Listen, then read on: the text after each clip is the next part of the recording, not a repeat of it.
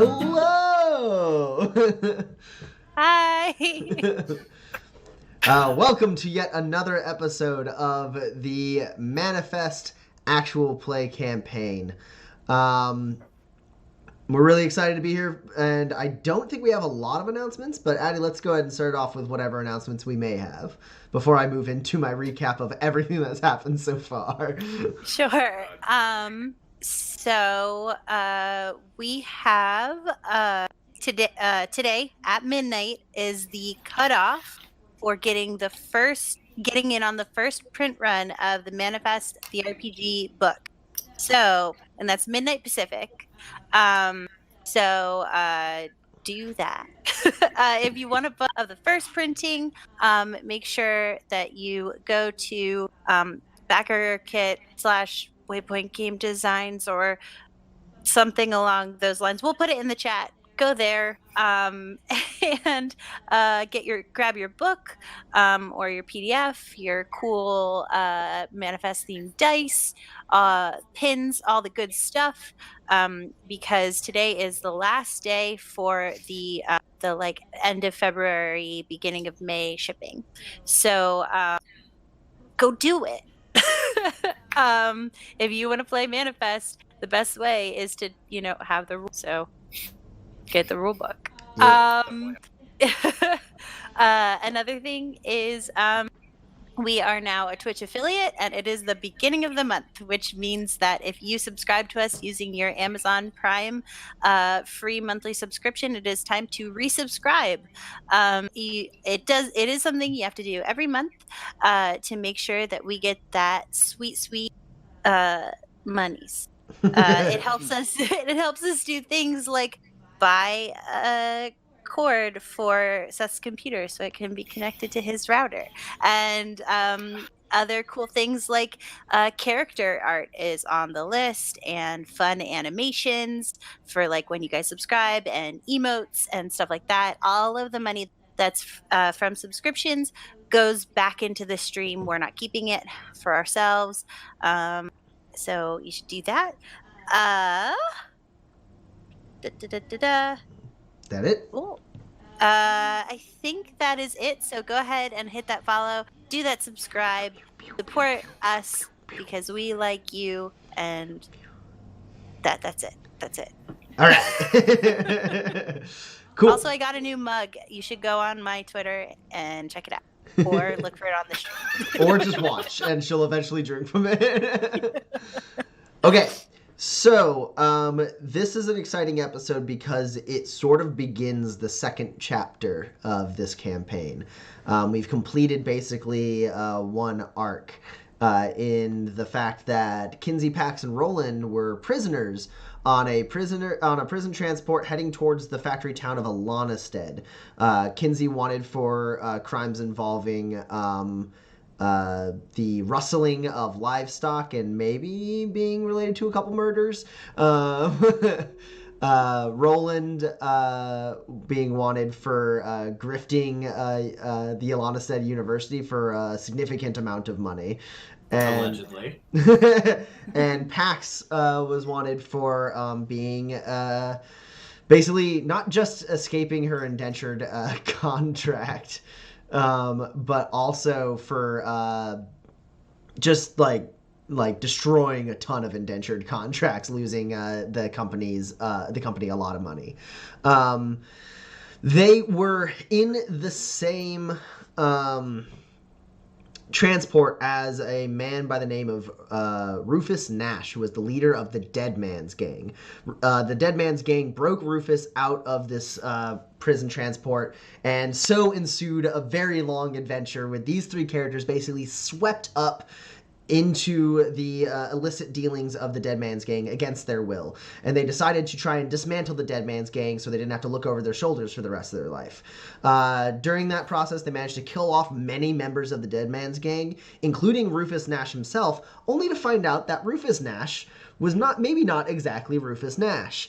As he died, he revealed himself to be illuminated in his final moments, and he basically his eyes flashed, and then he seemed to not recognize any of them right before he died. And Roland, a very astute, educated man, was able to discern that Rufus Nash may or may not be an Everlight, which is an extremely powerful illuminated person who has the ability to transfer their life essence into an object and possess different bodies from said object. So it Rufus probably won't come up. Yeah, it's fine. Don't even worry about it. Just forget I said anything. And then, by their count, all members of the Dead Man's Gang have been killed, with the singular exception of Sierra Phillips, who they don't exactly know what befell her. Last they saw, she was on the run from the family. The Alonestead territory family, but they don't actually know what happened to her. However, throughout this journey, they befriended a marshal by the name of Leonard Yen, who let them escape. Basically, he agreed to say that they died in the altercation with the ex-gunslinger known as Rosa Valantes, and they made a break for the Badlands. To get away from the garden and the Alonestead territory and start anew fresh in the Badlands. So they headed northeast, basically headed east for a little bit and then hit that river that you guys had taken that riverboat down on, the Merriweather. And then you follow that river up kind of northeast towards the mountains. You basically get to, I believe, the Copper Claw Mountains is what it is called. I just realized I didn't have my map up, which was important for this whole spiel. The Copper Claw Highlands. And there's a part where the highlands basically start to go down, and then you start getting closer to the Cloudbreak mountain range. And in that kind of area, there's a little bit of lower mountainous terrain that's easier to pass through. And that is the path that this group chose to go through. So we're actually going to do a little bit of a time jump here, because the journey to the Badlands for these three in particular is relatively easy, especially with Kinsey kind of leading the way. The weather is mercifully kind, and the three of you are able to avoid any fearsome critters along the way, or at least give them a wide enough berth, as Kinsey's able to be like, oh, this is like axe handle territory, so we should do this to avoid running into them. But most importantly, the three of you managed to not run afoul of any bandits or lawmen in the few towns that you drift through on your way out of the garden. As you're passing through these towns, tapping into the LRC towers along the way, you actually eventually see that your bounties are all marked as null and void by the Alonestead Sheriff's Office, as you are presumed dead. Actually, not even presumed dead. Confirmed by a marshal of the Sheriff's Office to be dead. But yeah, so it's gonna take the three of you you're in Cho's truck, which is a pretty decent truck, but even still, it's gonna take you roughly 2 weeks to make your way into the Badlands proper. You managed to get to the mountains pretty quickly, but then the journey through the mountains basically takes twice as long as it normally would, or even possibly 3 times as long. But luckily, during that time, the journey is very easy, and you have plenty of time to work on various crafting projects and, get to chat with each other. Now, we, for the purposes of the stream, right before we went live, we kind of dealt with all of the crafting projects that Kinsey and Roland wanted to work on during that 2-week stint of travel. We'll let them slowly reveal the things they managed to craft during that time. But I want to start this session off with a good old-fashioned shoot the shit. So each one of you picks another player to shoot the shit with on your journey, either while you're on the road or set up in camp, or even maybe when you're passing through a town. The three of you have had a chance to either get to know each other a little better or bond over something or end up having some reason to be mad at each other. I will, in fact, give all of you a +2 to this roll because the three of you did just come off of a very harrowing, like bonding-esque experience, right? You kind of you broke through, and part of the reason you were able to get away from the Dead Man's Gang was because the three of you stuck together. So everyone's gonna get a +2 to this. We'll see if that helps. Kinsey certainly needs some help. So who is picking who?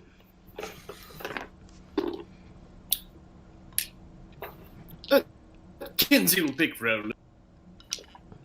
All right, Kinsey's got Roland. I feel like I'm mechanically very good friends with both of you already.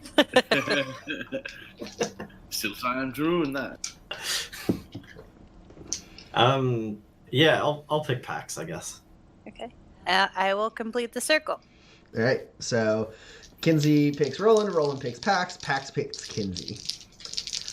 Also, I know we do that almost every time that we do Shoot the Ship, but for those of you at home, you don't have to have like a fully complete circle. If everyone wants to get to know like Kinsey, everyone can roll against Kinsey.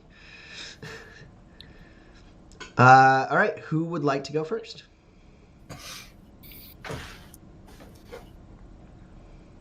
I would like to defer to Kinsey. So I would like to give him the option to go first. You could if you like. Did you remember to re-roll, Kinsey? You get a free re-roll. Yes. Didn't help, so... Well, I did what I could. Kinsey, what did you get? I got no hits. No hits. All right, so with 0 successes, Kinsey, you and Roland are going to have bad blood. Something is going to happen along the way that is going to make the two of you either resentful of each other or mistrustful of each other, or one of you angry with the other, maybe justly or unjustly. What do you think it is that got in between you two along the way? I think I know what it is. I think you've been working on Pax's bow, and you're almost finished, and it just needs a little bit more materials to become an excellent bow.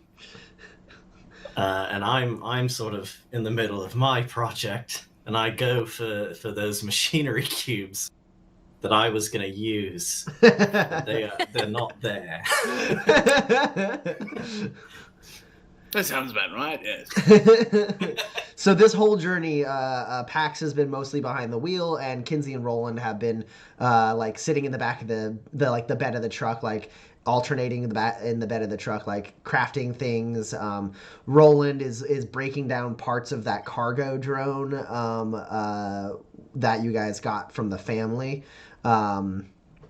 He's like removing the missile launcher and starting to like take it apart, and then like Kinsey is like working on that bow that he started working on a while back, as well as some other things. He's working on like those he was working on some grenades of some kind, and basically they've been doing that like nonstop. Not a whole lot of chatter between the two of them, at least at the beginning for the first few days, as they just start really working on these projects. And then there's a point, maybe you're set up camp in between towns. You've pulled over for the night because you don't want to travel too far or fast at night, so you have a little camp off the side of the road. The truck is there, and Roland, you go back to the bed of the truck to look for your supplies that you had laying back there. You just can't find them.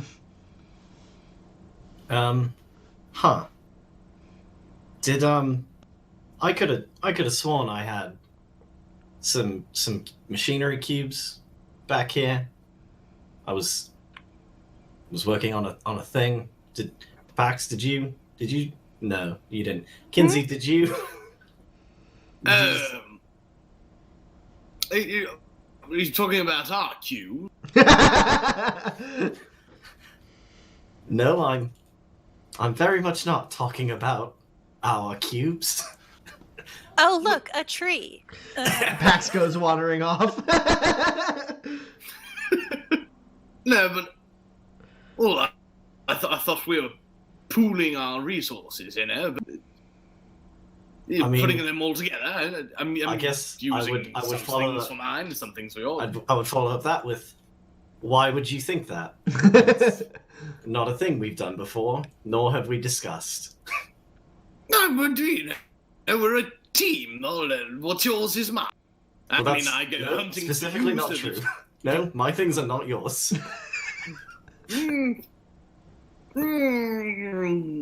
Well, I don't know. They're already in this. So I've already used. Well, let's see. Do you need some technology cubes or? No, you know what? Go... They're already mine, I guess. So. You know, I don't know what the huge problem is. I mean, we've been through so much. I figured, you know, we could help each other.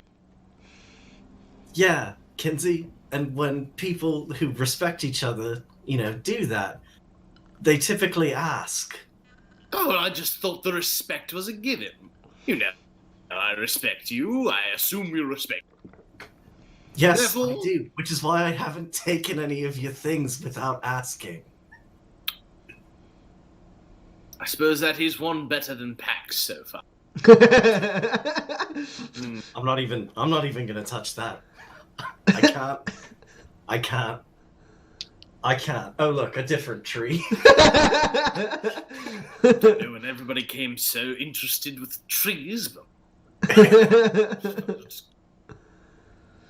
All right. So, Roland, you picked Pax? I did pick Pax. Okay, so you've wandered off into the shallow part of this this wooded area. The campfire's still I go within line 4 of feet sight. past the Yeah. and Pax is there, just kind of like collecting, like moving around as if she's collecting like firewood, but she's just grabbing like twigs and stuff. You're not, is Addie frozen? It does look like Addie is frozen. Addie, are you there?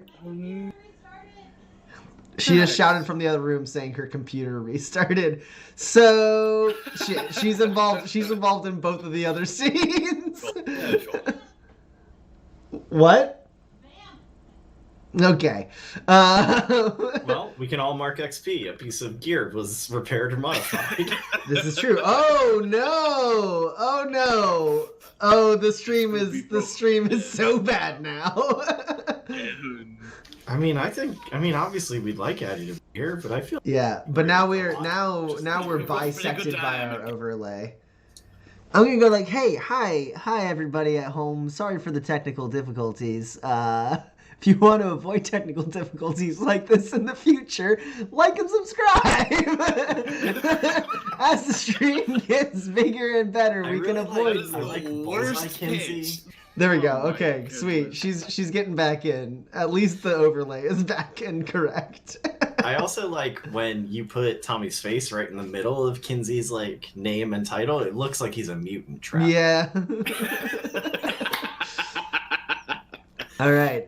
Here's a nice reminder for everyone watching at home. At the end of this, as we finish up this session, we will move into a little Q&A like we always do. So keep in mind as you're watching, if you come up with any questions or anything like that, you can pop them in the chat, and we'll answer them at the end of the session. It can be questions about the system, about the players, really anything. And I see Addie seems to be back and stable again. Hi. Okay. So, Pax, you're wandering around in a few feet into this forest. Roland joins you. Okay. And how many successes? A tree and wandered off. Yeah. Oh, look, a different tree. But I'm afraid of the forest, so I actually went to the same tree. Roland, how many successes did you roll on your shoot the shit? Hey, Pax, what do you want to be best friends about? I got 6 hits. Whatever you want, man. All right, the two of you bond. Must be nice.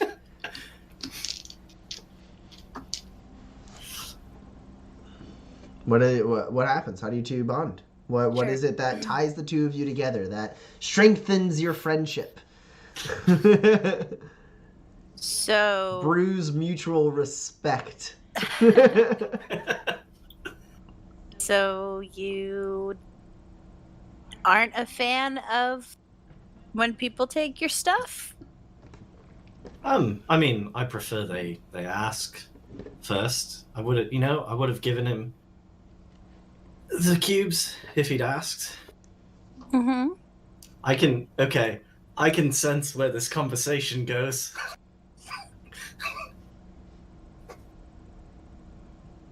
So where does it go? I can see the meaningful look and the leading tone. Yes. So, as a person who has come to love Kinsey despite his mouth and actions and general demeanor and no compunction at all about killing people, taking stuff is like so low on the totem pole, Roland. Sure, but like, I had it all laid out in the way that I was going to use it. No, he should have asked. But also, I'm pretty sure that he, like... I think you're his first friend. I don't think he has, like, a society, you know? And so, like... Nobody ever taught him you couldn't just take stuff, right? Because, like, he was in the military, right? In the militia. And that's all, like... If you have access to it, you take it, because you're all a company, brothers, military, rah, hoorah, whatever. That macho stuff. I'm pretty sure that's exactly it. I mean, yeah. You've nailed it verbatim. So, you should take it as a compliment that he thinks you're his brother. But, like, not like you don't have the same parents. But No, like, you you're don't have the... to explain the metaphor. Cool. I get it. I taught literature, so...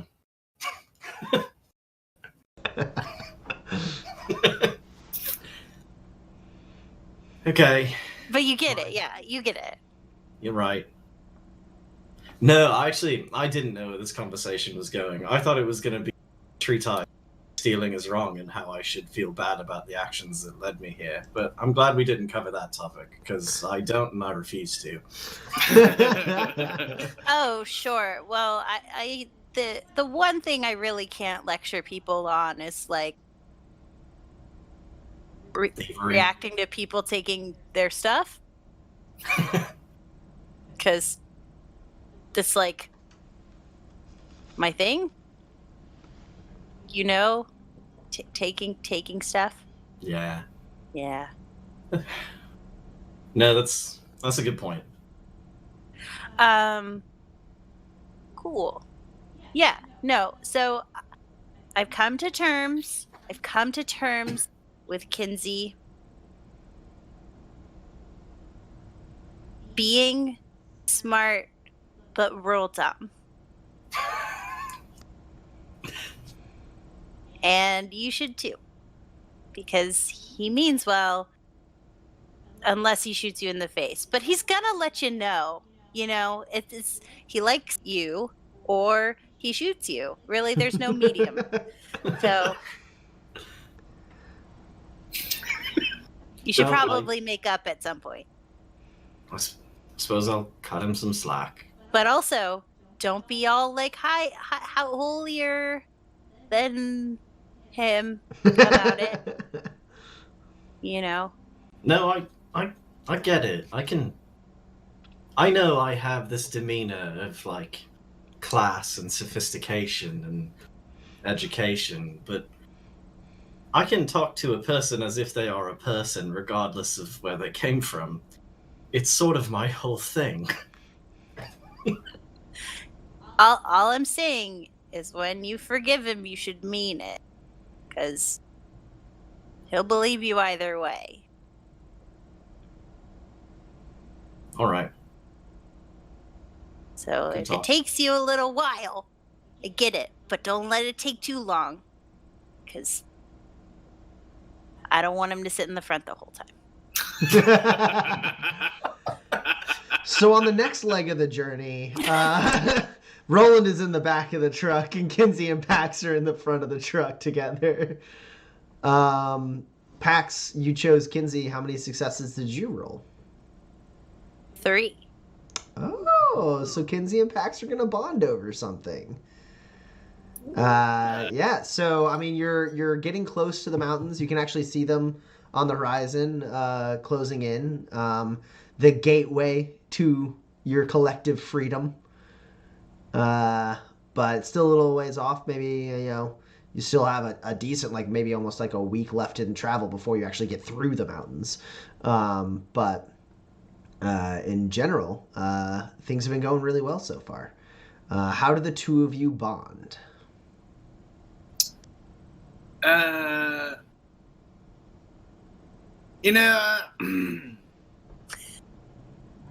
we ever actually had a conversation about where we're from? This is, I suppose, out of the moment, but about like your circumstances or why you were indentured. No. Yeah, that makes sense. Cool. So yeah, I think I'd like to ask, Pax, I'm aware in the past you've been involved indentured servitude. No, I don't want to get into the details of that. I know that can be a bit of a touchy subject, but how did you get into this situation, if I may?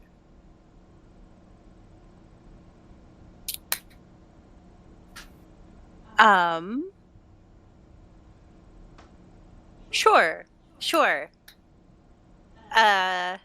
I inherited my mom's debt because she ran away and had her whole life and then died before they could find her. And then they found her, but too late. Right. And so at her funeral. So, instead of sending my dad, I went because it's,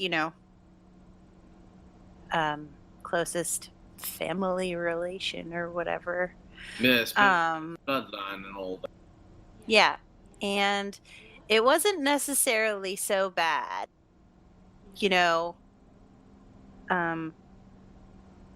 I mean, it's not great. But it's not it's not so bad. Sure. Especially, but at the same time, like, I am pretty angry about it. And, yeah. And, so I kind of, thought it was super unfair.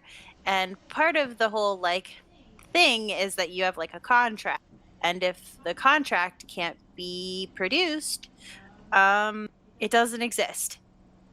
And so I broke in to where they were keeping the contract, and I set it on fire. Only mine wasn't there. So then I ran away. Right. Yeah, and other stuff, but basically I ran away, and that's also super not good, and also the spur amount of value that I burned was a lot. Right. But all those people went free. All of those people went free. That's impressive. I didn't. So then I ran away, and then I got caught, and that's when we met. Well, we met after I escaped again. Right. But same general time. I was there. I remember. Yeah. And before I was indentured, I just was a regular teenager. I just graduated. But all of this started with your Yeah. Right. I mean, I could. It's not the basically- same thing, but I suppose I could relate. yeah. Did I ever? No. I mean, I knew that you, like, were a poacher or whatever. Right. Well, yeah. Poacher. I mean, well, Jackalope rustler. Yeah, you could apply a title to me, but it all started for me when I was abandoned by my mother. Well, my parents, I suppose, who didn't want to be parents. And so I can understand a general feeling of discomfort with a parental relationship. Did I ever tell you my was a warlord on the high roads? Well, warlord. I mean, I don't know exactly what a road warrior kind of. Nope, it's not really come up. Yes, well, I was raised on a homestead where I was kind of abandoned. So my biological parents, I don't know if they're still out there. Actually, I believe, as far as I know, my mother was killed in a power struggle, but father could be anywhere in any general sort of position. So it's difficult. Parents kind of suck. And it's hard to deal with, especially even like growing up with the idea that somebody who is supposed to be there for you, to care for you, who was. Yeah, I kind of liked my parents, but they're both dead now, so. Oh really? I'm Yeah. sorry. Well, Yeah, so yeah. I didn't run away until after my dad died, because then it would have just Passed on to him. Sure. Yeah, I mean, I'm sure I would have liked my parents. I mean, they sound like I mean, fun. they if I sound just never got the chance. interesting. Interesting for sure. No, most of what I know about them is from the stories. But Sure. We're not gonna run into like a weird sister warlord person, right? You don't have a weird beef with your. not that I know. Okay. Probably not. Although if they were anywhere, they'd probably be somewhere in the Badlands. So, if I had to guess, Neat. come up. No, not at all. Forget he said anything. But I'm sorry. I'm sorry. I'm sorry as well. But good on you for burning those contracts. What a move! Very impressive. Well, I wish, I understand why the system is the way it is, but it kind of also isn't really super duper fair. Yeah, I certainly wouldn't call it just, but you know how it is trying to fix a system, and that's why I don't most systems. Yeah. I despise bureaucracy, man. Yeah, I just don't really get it. There's a Right? lot, and there's It's weird.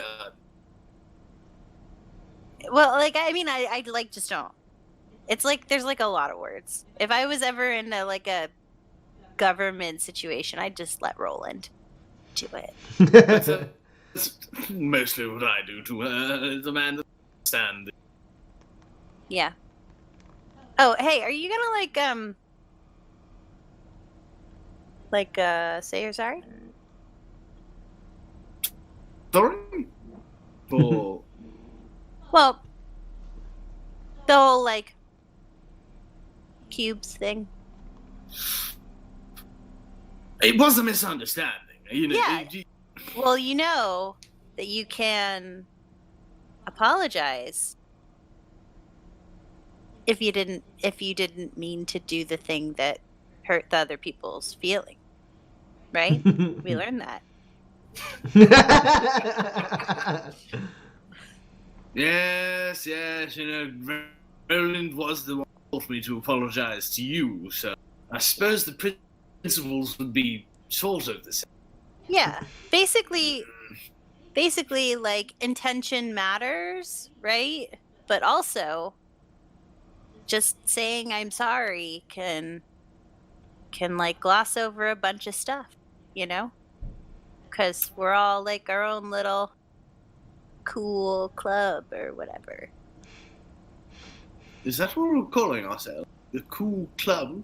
No, I just, it felt really like ham-fisted and cheesy after we were talking about family to call ourselves a family. So instead I said club.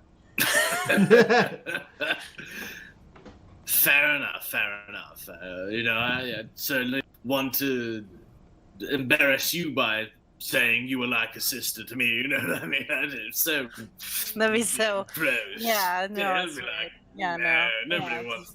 It's fine. I could apologize. You're right. I'll find an opportunity, I suppose. Cool. Thank I bet you, you he'd Pat. appreciate it. Yeah, no, whatever. I mean, it's just we're like on the same team. Yeah, I like it. I can't. Are you trying to high five while I'm driving? Oh, sorry. You're right. Maybe later we'll make up a handshake or something. I don't know. So Kinsey, I'm curious. In the next week and a half going through the mountains, do you find an opportunity to say you're sorry to Roland, or do you just kind of keep putting it off? I think he finds the worst possible moment to apologize, but he does. What's the worst possible moment? Probably while he's brewing the stink tonic for the gas. Okay, so Kinsey, you're brewing a tonic that for these gas grenades from the glands of the skunk ape. Right, and they've fermented quite a bit by this point, so very effective for what they're doing. But the process of making the tonic is not necessarily pleasant. Yeah, so you guys have set up camp in the mountains, and Roland, you just the smell is there. It smells like skunk ape. Roland, I could use some assistance if you've got.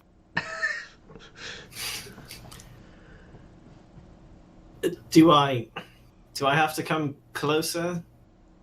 I've got a kerchief if you'd like to hold it to you. That one's in the stink zone. I don't think that's gonna work. Yeah, what do you need? Every step you take closer to get to Kinsey, the smell upgrades by a degree, and by the time you're standing next to Kinsey, it's you can taste it.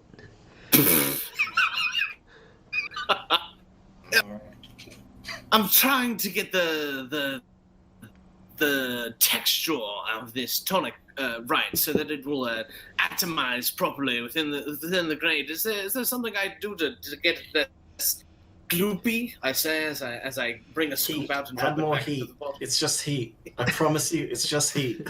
Oh, that's a good point. Could you grab me some more fire? Sure. Is the firewood further away from the stink? Only a little bit. Yeah, I go and I grab some fire and here. No, all right. I'll toss the firewood slowly and methodically, as though I'm thinking about my words very carefully, as Roland has taught me to do.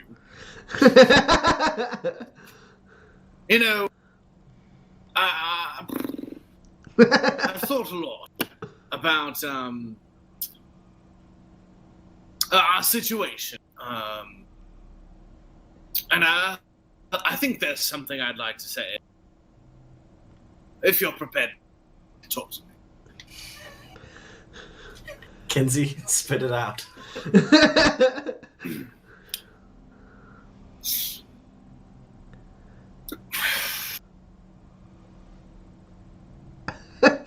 The heat starts I'm making sorry. the fumes worse. I'm sorry about the cubes. Kinsey, I'm almost positive you did not do this on purpose. True. But this was a brilliant scheme for your apology. It put so much pressure on me to just say I forgive you and walk away from the stink. The smell! Oh, I suppose by now I must be used to it.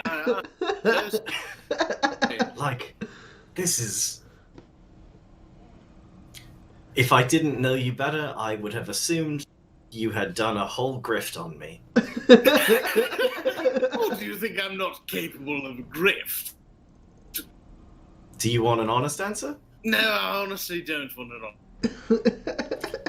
I forgive you. I'm going far away now. And that night, Kinsey sleeps alone. The real camp is like a whole 20 feet that way. All right. All of you can have a grit for excellent role playing. Yeah, I can take grit since I spent all of my grit to live.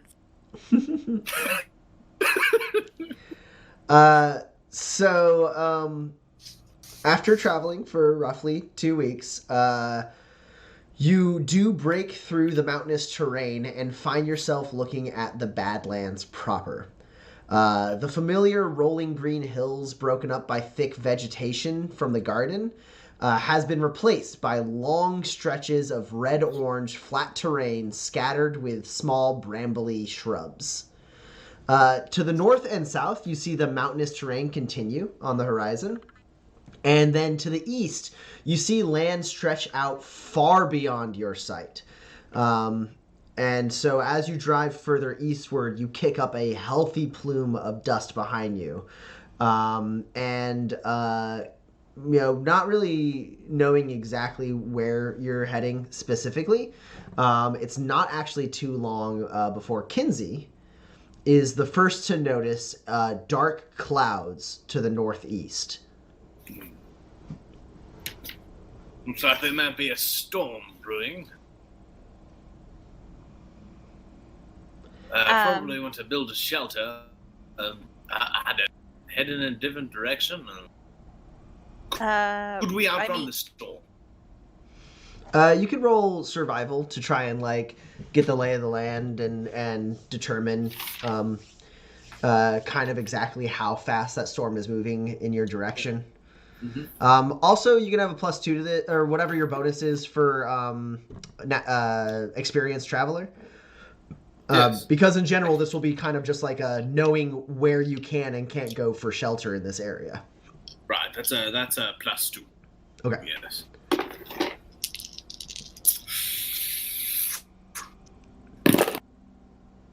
Yes, that's 3 hits. Okay. So it does take you another hour as you're watching the storm to kind of gauge its speed.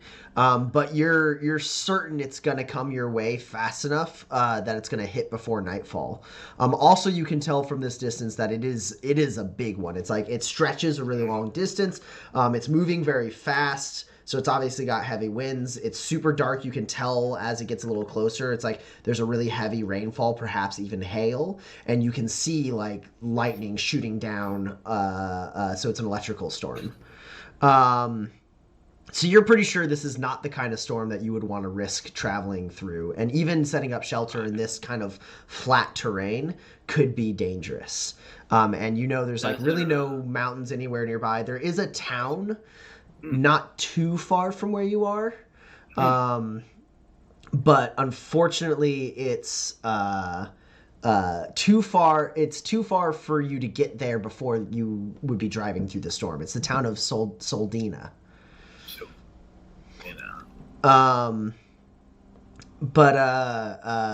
around this time, as you're kind of starting to get this and realize like you're in kind of a bad spot here, that like maybe your best bet would be to like find a lower patch of ground and try to set up camp and maybe like leave the truck a little distance away so that if lightning strikes, hopefully it hits the truck and not you guys.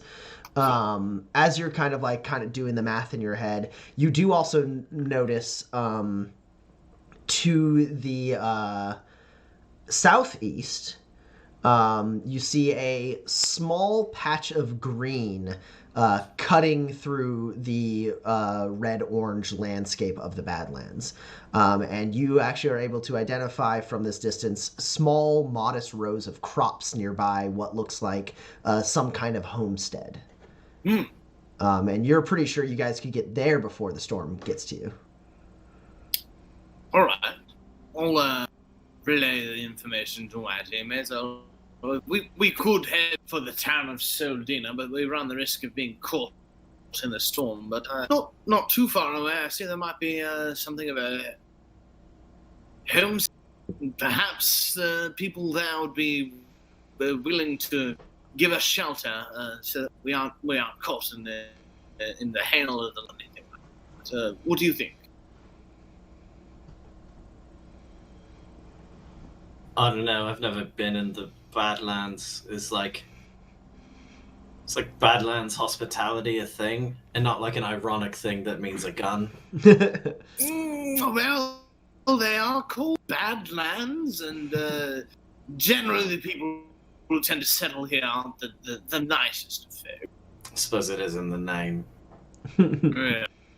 But it's better than trying to set up a tent which will immediately blow away, or being struck by lightning in the middle of the night. If Pax would allow it, maybe I could just kill them and use their cabin. That's not the first choice, obviously, if we have to. Kinsey, under no circumstances am I gonna let you just kill random But what if they people. tried to kill us first? Well, wait until they try to kill us first. Yeah, hold on. What if they're cannibals and they lure us in and try and kill and eat? Is Kinsey allowed to shoot them in that scenario? Like, the instant I see a person-sized pot, I'm going to be on the alert. Sorry, this is not helpful. We should drive there and be polite.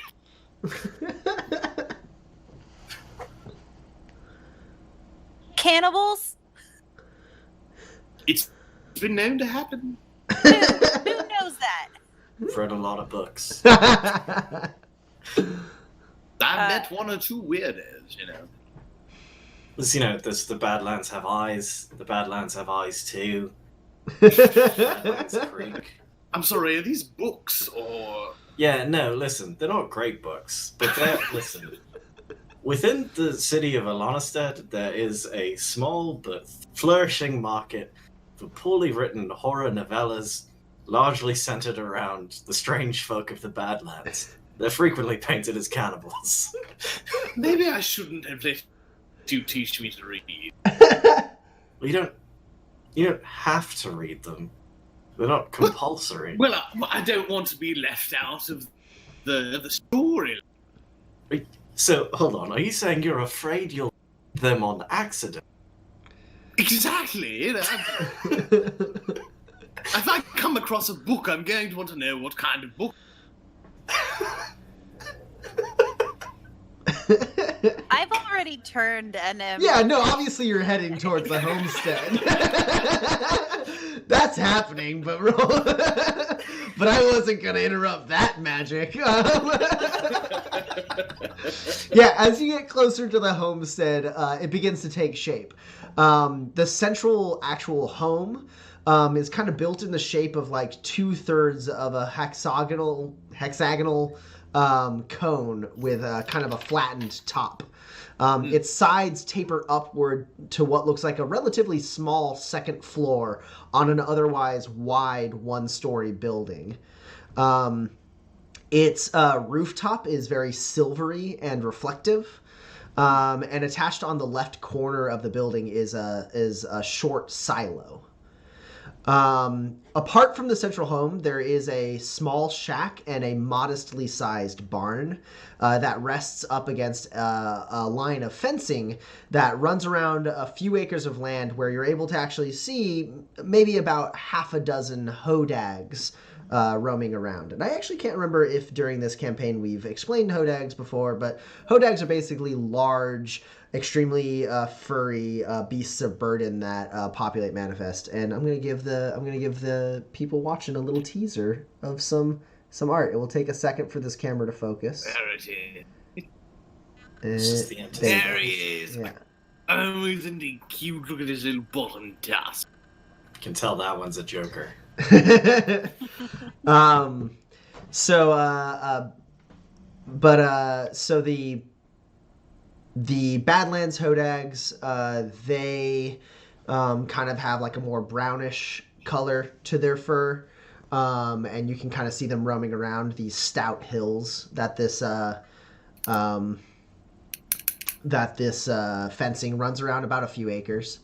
And as you get closer to the actual home, kind of pulling in around, you see the door to the barn open up, and a man exits.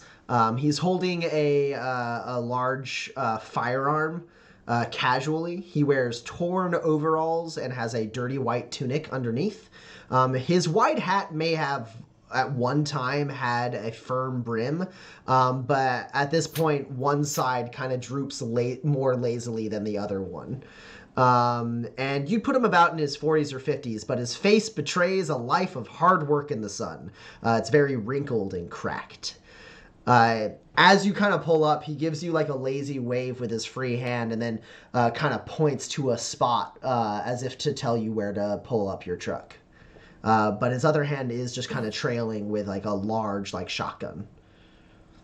Yeah. I'll go where, he directs us. On the short ride here from when we spotted it and, decided to go here, I make myself look rugged and as if I belong in the Badlands. Okay.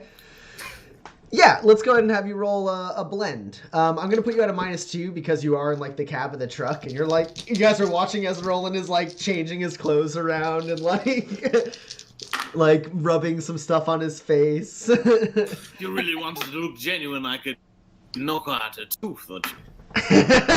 Give me a -2. Think it matters? That's 4 hits. Nice. And then in the short time it takes to get there, Roland looks completely different. He no longer looks like clean-cut city man. He is wearing he's like augmented his clothing, like taken like certain straps off and like changed. He's taken the sleeves off, right? And he's like kind of dirtied himself up a little bit to make it look like. I mean, you guys haven't like had access to facilities in a long time, so it's not like Roland has showered in a really long time, but he has been keeping clean, and all of a sudden he looks a little bit more like Kinsey. He looks a little bit more like he maybe like goes out into the wilderness from time to time. And you pull up and stop the car, and as you do, he doesn't level the rifle at you or anything, but his tone kind of makes it clear his intent to shoot you if you try anything funny, as he shouts out, "All right, welcome. One at a time, and don't try reaching for nothing." Kinsey will go first with his hands on either side of it. Howdy. How do, my friend? Sorry, we're just... Not obviously you spotted the storm off in the distance, and we were wondering if perhaps you'd be willing to give us some sort of shelter. I don't suppose we'd mind too much just staying in the barn. We'd be out. How many of you are there? Was that 3? Just the 3 of us, yes. All right, come on out, you two. Yeah, I get out of the truck. Name's Yeah. Munson. I as well. But well, I'm Ken Charlotte. This is my friend Bennigan, and my friend Patricia. Yeah, I'll offer a hand out. As you start walking up, I go, nah, how long, buddy? What was it, Ben? Wait, what? Sorry, what name did you say was mine? I'm sorry, Bennigan. Bennigan. Got it. Cool. Ben, was it? Yeah, Bennigan DuPont. Happy to meet you. All right. Let me straighten the eyes there, Ben. Just the three of you? No one trailing behind, waiting for you to sit up here all nice and comfy? Well, we certainly hope not.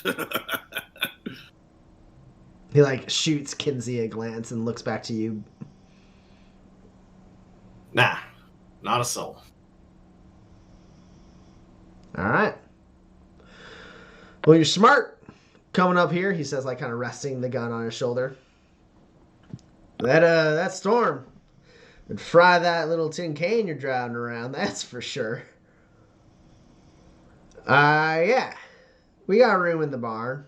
And, I suppose we could whip up 3 more plates for dinner, if you're wanting to stay.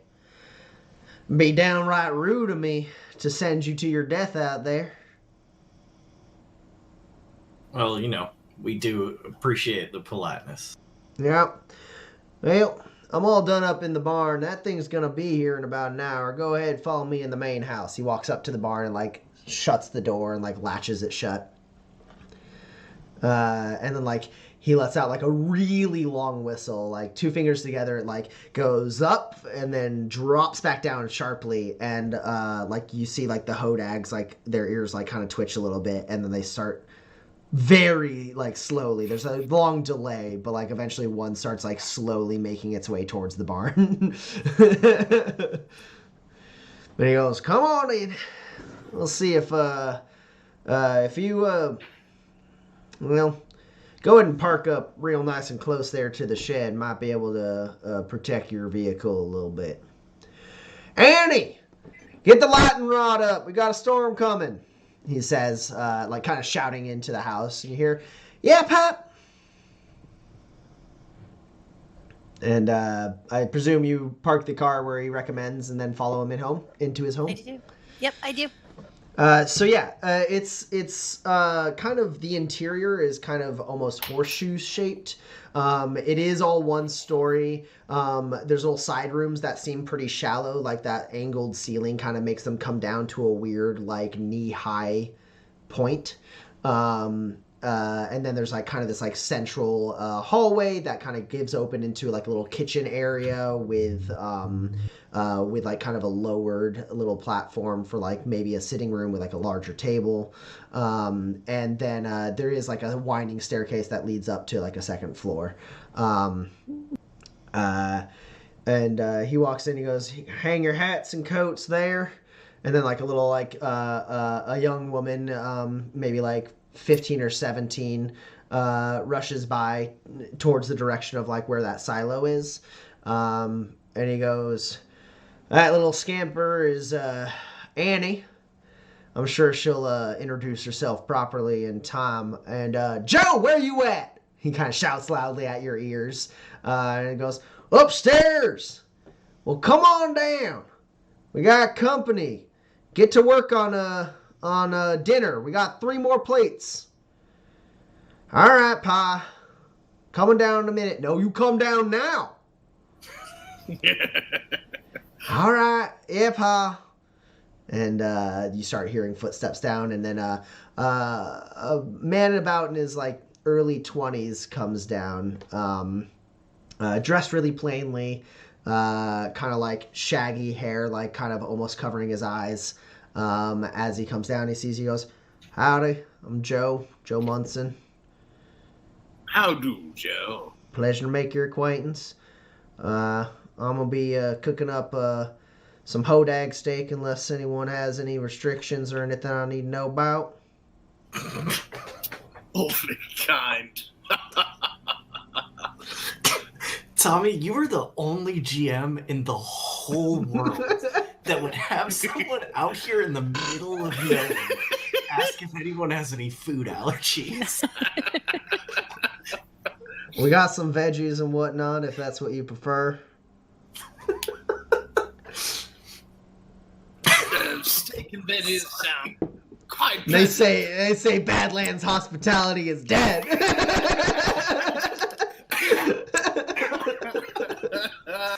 Oh my god. All right. Hodag steak sounds great. All right. He goes wandering off into that kind of kitchen area, and the father turns to you and he goes, "All right. So the three of you will sleep in the barn, of course. I gotta ask. There's not much around these parts worth nothing. Where y'all coming from?" Well, had some business dealings go south on a venture over by Lonestead, and figured we'd try and make a fresh start out here in the Badlands. Things a little cheaper, a little more room to stretch your legs, Fair enough. Well, these storms, they ain't too common. You go a little further south, you'll run into dust storms from time to time. But something like this, it's pretty rare. So once it passes, you should have pretty safe passage to wherever you want to go. Well, relatively safe, as it were. Skies should be clear, is what I mean. I think we could handle any other sort of dangers the Badlands. Well, I can at least protect the two of the two. Yeah, you say business dealings, and he kind of like sizes all of you up, and he goes, "Y'all drifters?" Well, I suppose now we are. Before, well, we ran what I thought was just a wonderful flower shop, but fortunately, that is a cutthroat business in Lonestead. Call back. Y'all don't strike me as the type to excel in the city environment. And he glances at Pax and goes, "Maybe you. But you two? I am not surprised they ate you alive."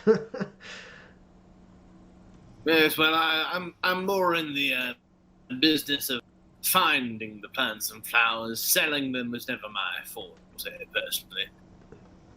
All right. And then a door opens up, and that girl walks back in and sees the three of you. And there's like a moment of silence, and then the dad goes, and she goes, "I'm Annie Munson. Pleasure to make your acquaintance." The pleasure's all ours, Annie. Ken. Three, Bennigan DuPont.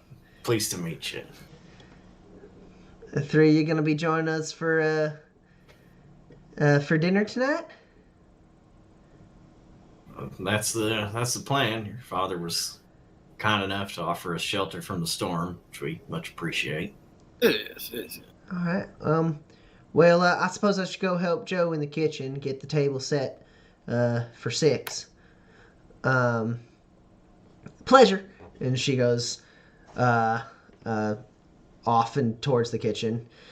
And as she's running off, he goes, how's it looking with that dehydrator in the silo?"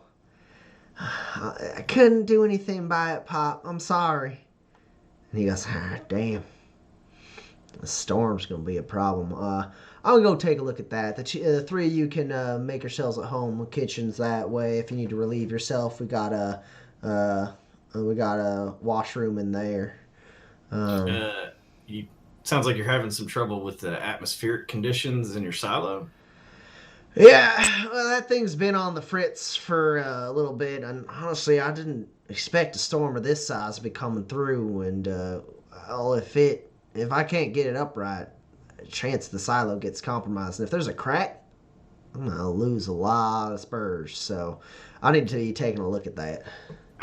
I'd be happy to lend a hand. I know a bit about agricultural technology with my previous experience in the flower business. Sure. Hey, extra hands will always do. I mean, this thing's one of the fanciest things we got on this homestead. So it's a bit beyond my capabilities. I'd happily accept. And he leads you. Let me do it. Yeah, and basically you get to like the silo, which is like sealed shut and everything, but then there's like kind of a little like housing unit nearby that has like a bunch of like monitors. That's kind of like making sure everything is like good. It has like kind of a readout of like the stuff in there. And he comes over to like a thing on the wall that's like right by the door leading into the actual silo. He like taps and he goes, "This is the module. I just can't. Seems like it done lost power or something. I mean, the lights are green, but it's just not doing its job. I mean, you can see right there." And he like points at one of the monitors, like pulls it down, and goes, "The humidity in there is all wrong, and I mean, it's just that." The housing of the silos, temperamental. And if I can't get it right and some water creeps in, crack happens, it's done. Well, yeah, let me take a look. Let me see if I can figure out what you're dealing with here. Sure. So it will be a technology roll. No modifier. I don't think Gadgeteer applies to this. But it might. I'd say Gadgeteer, yeah. Specifically because you're dealing with this kind of like advanced... Oh, yeah, it is repairing things as well. Yeah. Yeah. And I would consider this a gadget. A specialty item.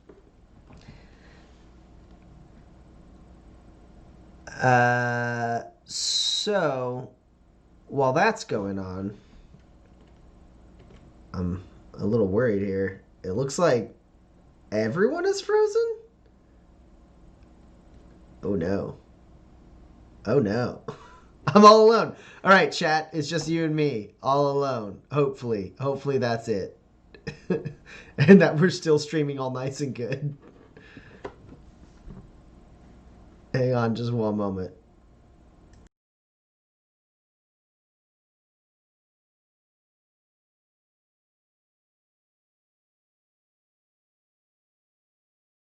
Okay. Everyone is reloading. Wow. So we've recently changed from using Skype for the stream, and we switched over to Discord, and we've been having some connectivity issues with it, but Skype's kind of stopped being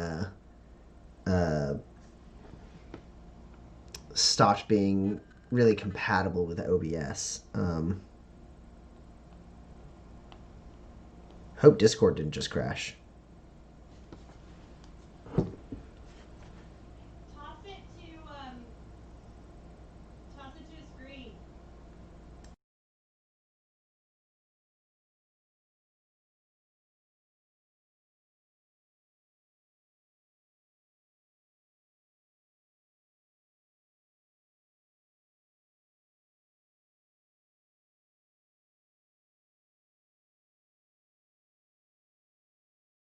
Yeah, all right. We have Okay. technical Hi. support in the house here. So it looks like we're having a little bit of an issue with Discord. Everybody has the internet, but for some reason it's not working. So what we're going to do is we're going to toss it to another screen on our overlay. We'll go to like a sort of like, we don't have an intermission screen, so we're going to send it back to the beginning. The intro. You guys are going to listen to a little bit of soothing music as we try to sort these technical difficulties. Yeah, and we will be back in just a couple of minutes. And also this song is called Waypoint, and it was written by our very own Seth Lilly, Yeah. who hopefully is coming right back. All right, cool. We'll be back live in a second.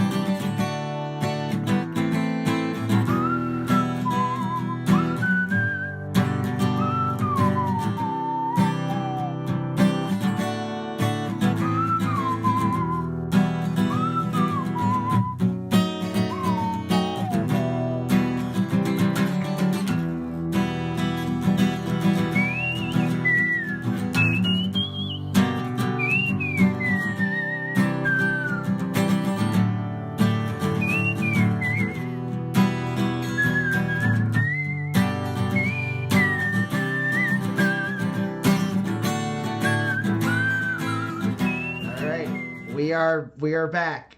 Everything seems to be good. Everyone is connected. We're all fine. Nothing happened. What are you talking about? So But now we've we been know here we the whole have time. 2 overlays to make a we intermission. need a technical screen, and then- difficulty overlay. Oh gosh. You can put like a bunch of natural 20s and like a broken gun.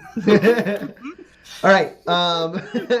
So, Roland, you were rolling technology to repair this this device, this dehydrator. Yeah, I got 5 hits. Sweet. You don't even have to spend a machinery cube. Shit. In the short amount of time it takes for Joe and Annie to kind of get dinner ready, basically Mr. Munson continue like is just like telling you what had happened. You're able to like kind of pop it open. You have to like kind of take it all the way apart, like this thing kind of reach into some of the wiring, and you find that like it's like contact. There's a part where one of the wires is like kind of touching up against a metal pole. So like basically a safety feature has been like engaged to stop it from like causing a house fire. And so you're able to kind of work with that. But it does take you that amount of time to kind of fully fix the problem to the point where there's no more danger of this happening again, and he's no longer like he doesn't have a fire hazard. Another option could have like had you done there was another quicker fix you could have done, but it would have made it so that you would be bypassing that safety feature, right, and risking bigger catastrophe in the future. But we'll cut away from Roland while you're working on that and cut to Pax and Kinsey, who are in the kitchen with the 2 kids.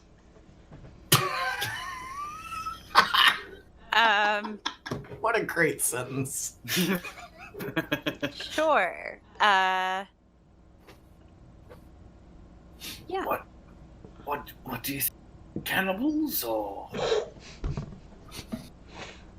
I don't see. Joe flips over a nice hearty piece of hodag steak. Hodag steak. Yeah. Are they chopping anything up? Yeah, Joe seems to be doing most of the cooking. Annie is getting the table set and like cleaning some extra plates and some glasses, and that's what the 2 of them are doing. They seem a little awkward, like they don't necessarily know how to start a conversation with the 2 of you. They just kind of give you a polite like smile and nod, and then keep working on their tasks. Yeah. I'll like give Kinsey like a little shove and just like on his shoulder and be, go dry those. Go help dry. She's washing. Help dry. Just don't drop a plate. Just do it. I'll do my. And then I'm gonna take out one of my knives and start like dicing whatever like he's cooking. Yeah, he set some vegetables off to the side. The vegetables look real nice, especially like for this region, right? Sure. And they look pretty hearty. He's got them set up. He's washed them, but he hasn't gotten to them yet because he's adding seasoning to the steaks. And you come over with a knife, and he just kind of nods and goes, "Thank you." Yeah. And these are real nice. Did you grow them yourselves? Yeah. We have a few lines under here, like underground streams. Well, my grandpappy, he apparently tapped into it and ran some lines up towards the surface and cultivated kind of that garden you saw outside. We get pretty good turnouts for our crops, and I mean that's how we get by. Cool. Where'd y'all come from? Alanastead area. Big city then? Once or twice. What's it like? Crowded. You say that like it's a bad thing. Well, I think there's probably somewhere medium in between here and there. Fair. I mean, we're not shut-ins. I go to Soldina once a week. help out with the saloon, mop up, clean up, you know. So I've seen my fair share of drifters. And I figure, you know, once Annie's old enough to help Pa, I might set out on my own. Become a drifter? Maybe.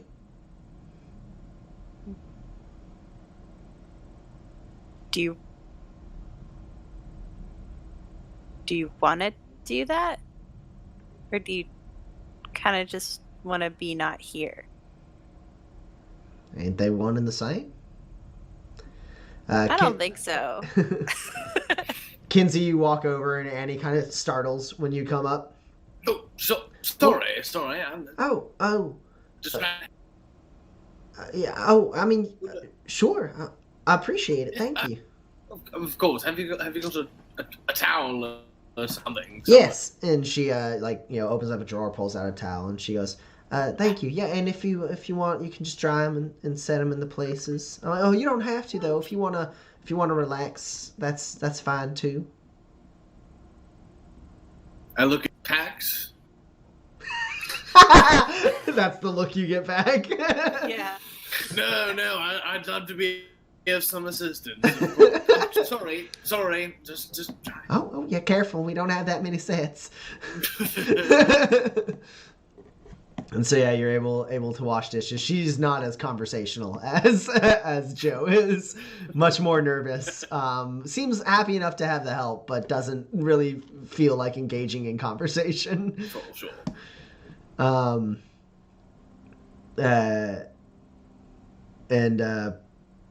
As he's like finishing up the steak and you're finishing up chopping, he goes, "Well, I don't know. I mean, I've been on this farm my whole life, and you know, going out, making my own living,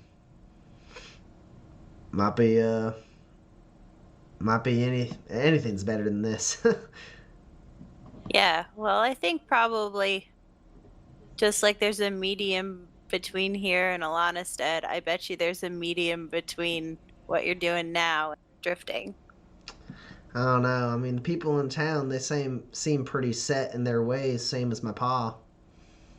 They ain't like you, driving into an electrical storm on the edge of the Badlands. Where are you headed?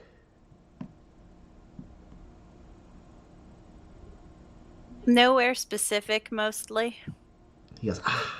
Like there's like a romance to that notion. And then he starts like, you know, setting the plates. Roland, you finish up the trick, and then like there's a little like slight hum as the dehydrator like kicks back on, and there's like a little breeze that comes out of a fan. And he goes, "Well, I'll be damned." Yeah, you gotta be careful with these earlier models. You see, they got two circuits. One of them actually does the thing, and then the other one turns on the lights that says it's doing the thing. And so the one that does the lights, that one was fine. And then the one that does the thing, you had a bit of a short there. Well, I appreciate the help. I was not looking forward to trying to post for a tinkerer to come through here and take a look at it. I do appreciate it. Yeah, you know, happy to help. You're putting us up for the night. It's the least I can do. Yeah. I never fully introduced myself. Daryl Munson. He reaches out a hand. Pleasure to meet you, Daryl. And then the two of you walk into the kitchen. Smells great. It seems like Joe's a really good cook. And he's got like the steaks all laid out, like chopped up, like, you know, nice little like slices of steak kind of laying against each other. Presentation's there a little bit, as wholesome as it is. You know, a couple different types of vegetables, and some seasoning in the middle of the table if you need to like augment the taste at all. And you sit down for dinner with this family of three. And Daryl kind of lowers his head down and goes, "Alana, appreciate your guidance and hope to continue our journey as you did every day." And everyone goes, at least the kids go, "Let it be so." I mean, I say the thing. Dan forgot what the amen was for the religion on manifest. It's let it be so. Let it be so. And then they all start digging in and eating. And they eat for a little bit, and then at a certain point, Joe speaks up and goes, "Pa, they're drifters. You think maybe we could keep them on for a little bit, and they could show me a thing or two for when I eventually set out on my own?" And he goes, "Joe, listen. I don't think these three folk, as kind as they are, have the time to be teaching a boy like you." And he goes, "I ain't a boy anymore, Pop. All right, I'm grown. I can make my own decisions. Y'all should go to Waypoint," he says to the three of you. He goes, "It's the drifter capital of Manifest. It's the heart and soul of the Badlands. Made for drifters by drifters. You go there, you can find all the work you need." And he goes, "Shush up, Joe. They don't need tips from someone like your age, all right? They choose their own path, and they don't need you to be telling them what to do." And he goes, "I wish I could live by my own path without you telling me what to do." And Annie goes, "How about that storm?" Yeah, it's quite the storm, you know. I saw some lightning, maybe a little bit of hail. Terribly frightening. At this point, you can actually hear the storm has kind of reached like the outskirts. You can kind of hear the rumbling of thunder. And Joe kind of sulks, and Daryl kind of sits there, like holding his utensils a little more tightly than he needs to, as if he's sort of lost his appetite. And then Annie's just kind of sitting there, like watching the two of them and looking at the three of you. And there's just kind of a very, very tangibly awkward silence at this table for too long of a time. Joe, this valley route is just a wonderful. How did you prepare it? Ain't nothing special.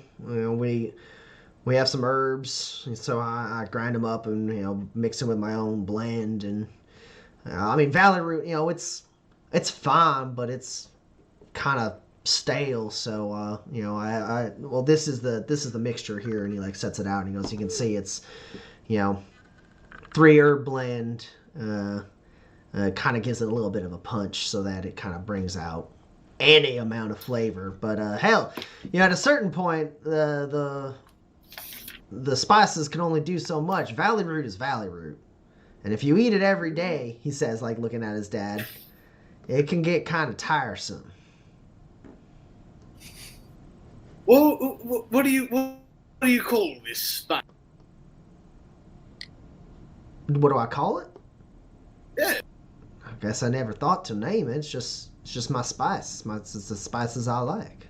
Well, I mean, you seem to have quite the talent for color. You seem to have a touch for culinary agency. It might be something you could sell. I mean, I know that I'd put down a pretty penny for a bag of this spice. Well, so Daryl goes, well, if you want, I mean, we could bundle up some of that. I could give you a bag or two for a spur. Oh, I would take it in an instant, but I'd like to know what I'd call it, just in case I'd share it with someone. I could point them in the right direction for it. Munson herb blend spice. Is that Daryl or Joe? That's Daryl. And Munson, it doesn't quite roll off the tongue. Joe, what do you think? And he goes, Munson's blend ain't bad.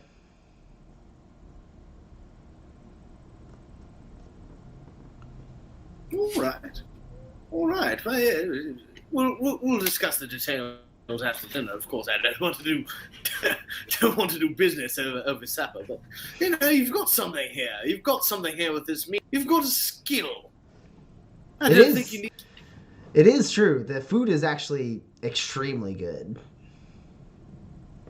Drifting, it has its hardships. I can say from experience. But as a cook now, that's a career. Have you thought about it? Well, Joe goes, I mean, I suppose. I mean, I didn't think I had anything I just made the food. I knew my family liked it. I didn't know drifters would like it. But, well, far be it from me to try and tell you what to do with your life, but this is a fine meal, but our little cool gang. I'm the person who makes the food, and these two they'll eat it. But it's nothing special. But this is the best meal I've had in weeks. I can say. Wouldn't you agree? Yeah, it's like far and away the best meal I've had in like a month, maybe 2, maybe 3. Okay, all right, we get it.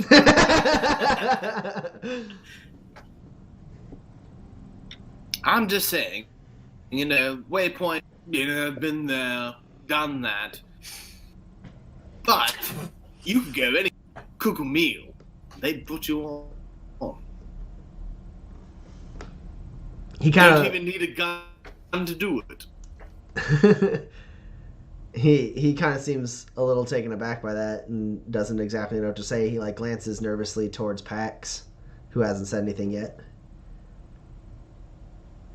The food's good. And drifting sucks.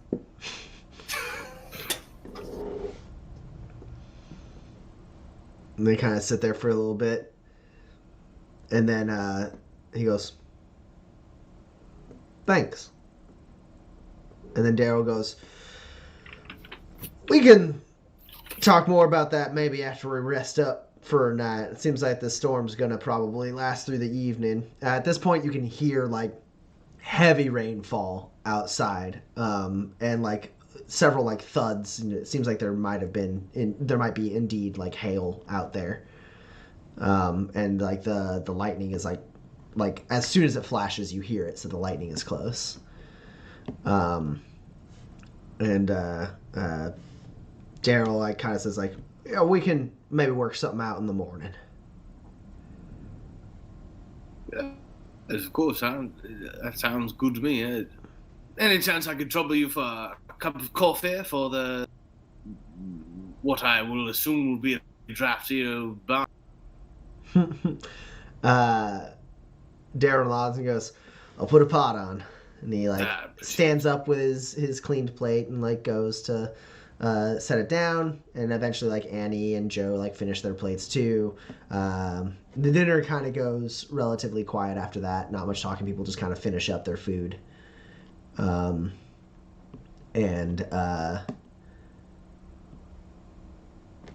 That's I think they wash up.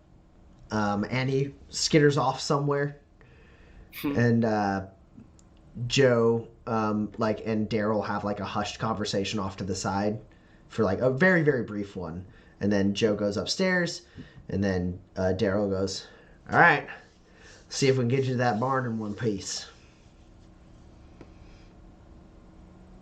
Lead the way. Yeah, you get to the room, the actual front door, and you can see it's you can't even see 8 feet in front of you. It's just heavy rainfall. The dust and dirt of the Badlands is dark brown and just sputtering up as hail slams into it, and rainfall just coats it. and it's like a short run to the barn. It's not pleasant, but you guys make a quick sprint to it. And Daryl runs with you, and he does up the latch, opens it up, and he goes, "All right, you'll find blankets on the other side to the left of the pens. We'll see you in the morning." Be Thank safe. kindly. Thank you for the shelter. And he slams the door shut, and you hear him lock it. So you're locked in this barn with the hodags. Hope we don't flap one. That's a myth. That you can't do that. It's true, I've tried.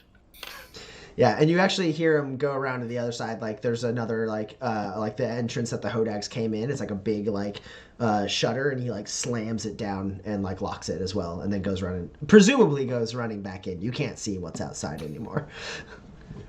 And you find yourself in a small, somewhat cramped barn that has basically like 6 stalls that hodags have kind of walked into. They're not like barred from each other, so it's kind of like 6 stalls all attached into one large stall, and the hodags kind of like rustle around each other. You actually see 2 of them I've already kind of laid down at this point in the corner. Like one's kind of like curled up in the corner, and the other one's slammed down next to it, and then you see a third one is like just standing and asleep. And sure enough, as instructed, you find like a large cabinet that you open up. It's got a bunch of blankets and like towels for you to dry yourself off, and as well as a bunch of tools and so on. Did anybody else feel as though that was an awkward family dinner, or was that just... Well, yeah. I mean, it was an extremely awkward family dinner. I was sort of hoping to just remain quiet and it would be over sooner. Seems more like just a family dinner. You know me, I can't tell from getting involved in an awkward situation. I feel awkward if I'm just sitting there and not speak.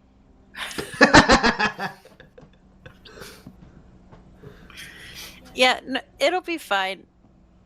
I think this seems like a thing that they have going on regardless of whether we're here or not. Well, regardless, I could use a bag of that Munson spice blend, and that steak was...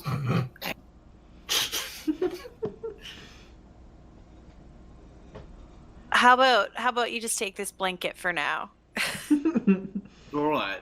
Anybody mind if I take the hail off? Nah, that's all yours. Go for it. All right. And so I'm going to actually have everyone roll either endure or discipline. Because it is incredibly hard to sleep. The barn is just like the hail and the storm is super loud. And so we're going to see who can get a good night's sleep tonight. Okay.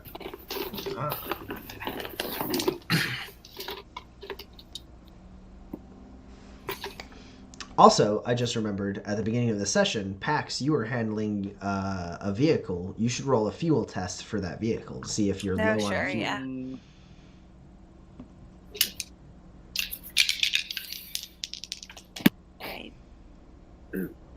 Right. What did I get?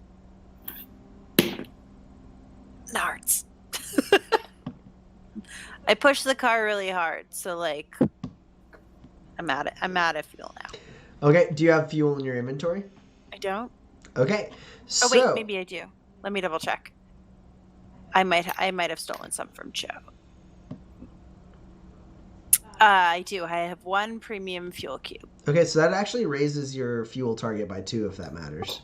No, I rolled a 19. Cool. Okay, so what that means is, I mean, you can use up the fuel, right? And then you're good. Mm-hmm.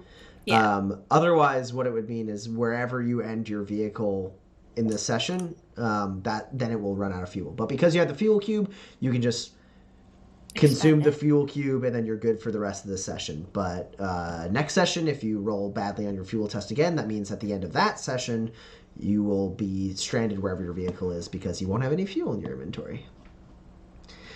All right. What did everyone get on their discipline and or endure roll? You don't get to roll both and choose the best. Kinsey got one hit on in Okay. Kinsey, you will take 2 damage directly to your hit points as you just really have a hard time. You're up higher too. You're like on the in the hayloft up high, and you can feel it's like the clanking of there must be some kind of metal plate outside that everyone every 5 seconds a big piece of hail just hits right by your ear, and it's like stabbing into your ear, the sound. You're like, ah, every time you're about to fall asleep, just cling right by your ear. So you don't get a good night's rest. What about Roland and Pax? I got 3 hits. So Pax, you're fine. yeah, I feel like I'm not very good with animals, but I feel like maybe I snuggle into a hodag. Sure. So as everyone starts going to bed, you kind of look in, you see the hodags, and they kind of look at you, and you put out your hand. Its head is huge. Yeah. And its giant nose just your hand kind of pulls up into its nostril a little bit, and then it lays down and puts its head out towards you, and you instinctually reach out and pet an ear, and it seems to like it. Its eyes start closing a little bit, and then as you scratch it, you just kind of move in, and in the morning when you guys wake up, you see Pax is curled up against the head of one of the hodags. Yeah, give it lots of scritches. Yeah. Roland? I got a big fat 0. Okay, Roland, you will take 4 hit point damage. Yeah, I think I try to sleep, and then it becomes clear that ain't happening. So I spend the whole night working on this Omni tool I've been trying to get finished. Yeah, sure. So, Roland, you watch, you see Kinsey, you can't quite see Kinsey, but you see hay falling down from the loft as Kinsey, tosses and turns and has a hard time sleeping. Kinsey, it's not what's bothering you, but you do notice, there is a little bit of light coming down from below, and it doesn't seem to ever turn off, and every once in a while you hear the clinking of tools. You hear, Roland kind of working on something. Roland, you kind of glance over and you just see Pax curled up with a blanket against Hodag, and it's really cute. The Hodag's sleeping. It's got a snot bubble that keeps pulsing as it snores. Gross. And then the day comes. Kinsey, you feel like you've only slept 2 minutes. As you realize the storm has passed and there's light coming through a kind of fogged up window in the top part nearby the hayloft, and that light just kind of goes on your head, and you're just oh no. And Roland, you make good progress working on the Omni tool you're crafting. Not quite there yet. Actually, go ahead and roll, because it's been about 2 weeks since you last rolled, so we can see we can roll now, right? And then at the end of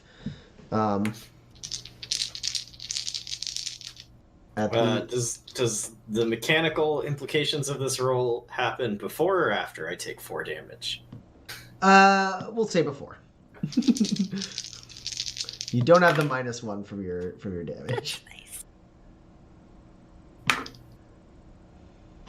I did it. In 2 weeks, I have an Omni tool. Cool. So you feel like you're well on your way. You think you're on track, and in 2 weeks' time, you will have finished this Omni tool. This will be an excellent Omni tool. Ooh. Ooh. All right. So, Pax, you wake up as the Hodag kind of stands up. And it's bright. It's the sun has just kind of hit the sky. And that big shutter opens up. And the Hodags are starting to lumber their way out into the field. and you see kind of like silhouetted by the sun, you see Daryl Munson. And he goes, "Morning." Morning. How'd you sleep? Great. Joe's whipped up some eggs and whatnot, so you can have yourself some breakfast in the kitchen if you're interested. You said your name was Ken McCharlotte, right? Or no, Ken Charlotte. Mr. Charlotte! Yes. A word, please? Oh, yes. Of course. Just let me find my pants somewhere around here. And I do so, and I'll climb down and join Mr. Munson. So he walks you over to kind of the exterior of the house nearby the silo. Roland and Pax, you guys walk in towards the kitchen for breakfast, or? Yeah, breakfast for sure. Yeah, I've heard tale of eggs, and I would like to investigate this legend. Yeah, you walk in and there are some eggs. They have a decent amount of like seasoning, some kind of sauce on them, and again more vegetables off to the side, kind of grilled and like lightly grilled. It's just kind of sitting on the kitchen, and you see Annie has just finished up her plate and sees the two of you and goes, "Morning," and like sets her plate down and then skitters off somewhere. My God, the stories were true. I say as I sit down to these eggs. Kinsey, Daryl leads you over to around the silo, and you see Joe is there. And Daryl stands there in between you two. He looks at the two of you for a second. There's like a moment of silence, and he kind of nudges Joe, and he goes, "Mr. Charlotte? Yes. I've decided to entertain your offer to purchase some Munson blend." Excellent. I'd love to pick up what was it? 1 spur?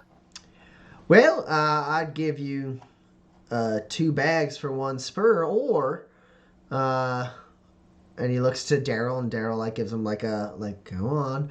He goes, "Taking stock what we got. If you're interested in helping yourself to breakfast and giving me just a little bit more time, I could get you a whole 6 bags for the price of 2 spurs." And should you like to spread those along on your travel, you could tell them where the Munson farm is, where they could pick up fresh spices. And he has a slight smile on his face, and you kind of almost despite himself, you see Daryl has a bit of a smile as well. Joe, let me tell you, I've had a meal or two across these manifesting lands, and this is one of the best. And if your spice could help me to cook anything like, I would take 100 bags. Now, I don't have the spurs for 100 bags, but 6 would do it. Daryl interjects, "We don't have the herbs." Fair enough. But yes, no, absolutely. And I'll produce a couple of spurs, and I'll say, "You've got a talent, my friend. You continue to develop that. Munson Farm will be known all throughout the Badlands, hell, all throughout Manifest." He kind of like lights up a little bit at that, takes your spurs, and he goes, "Enjoy breakfast, and I will produce the 6 bags of spice before you depart." Thanks very much, Joe. I do appreciate it, and I'll hold out my hand. Oh yeah, and he pockets his spurs, puts out his hand, and shakes your hand, and Daryl goes, "Go on in before the eggs get cold." Will do. Thank you, Miss Mike. And as you start making your way, you hear Joe go, "Pa, what do you think? If we expand that patch of the field, maybe we can mass produce or something." And he goes, "Calm down, son. It's just 2 spurs." But tell me what you're thinking. And they like walk around the other end of the silo as you make your way into the kitchen. "I'm gonna give you a grit for being a good person, Kinsey." Yeah, I've got it in me. What can I say? Yeah, and you find Roland and Pax eating some eggs and veggies in the kitchen. Annie is nowhere to be found. Well, how are the eggs, club mates? Clubmates. I'm sorry. What did you call us? Oh, did Pax not tell you we're a cool club? I look at Pax. What? We were having a talk, and it felt weird to say family, and so I said club. All right. It's not binding. No, I get it. I mean, I don't, but I get it. And Kinsey will sit down and pull up a plate, scoop Yeah. a whole slab of eggs. Yeah, the eggs are great. Kinsey, you would estimate these are Roperite eggs, which are kind of hard to come by. You didn't see any Roperites, so you have to assume they either bought them or foraged them from a nest. And they're very, very tasty. Kinsey, given the meeting you just had, you can infer that like they broke out the good eggs for you. Awfully generous of them. As you finish up, Daryl walks in, like grabs like a root and like takes a bite out of it, munches on it, and he goes, "So I was curious, where exactly are the 3 of you heading? Is it Waypoint or somewhere else?" Well, sort of waypoint word. Ain't anywhere in particular. I reckon we'll probably hit waypoint at some point. Just what happens out here in the Badlands, ain't it? It is a pretty good waypoint. Oh, I just got the name. Well, judging by your talk, I assume you're not heading down to Markham's Landing and taking a train there then. It's just kind of a roundabout. Just going to travel from one end of the Badlands to the next. You say it like that, it makes it sound like a bad idea. I don't mean to impose or nothing. It's just, I mean, my son's full of ideas, but he is right. If your drifter's looking for work, you'll find some in various towns, but Waypoint's the way to go. Well, it's where you can find work pretty consistently, and it'll pay well, as long as you got the skills to survive it. It's already pretty far, though. Ain't wrong, but unless you got enough spurs for 3 tickets on the high-speed rail, your best bet is just traveling in that truck of yours. Just avoid electrical storms.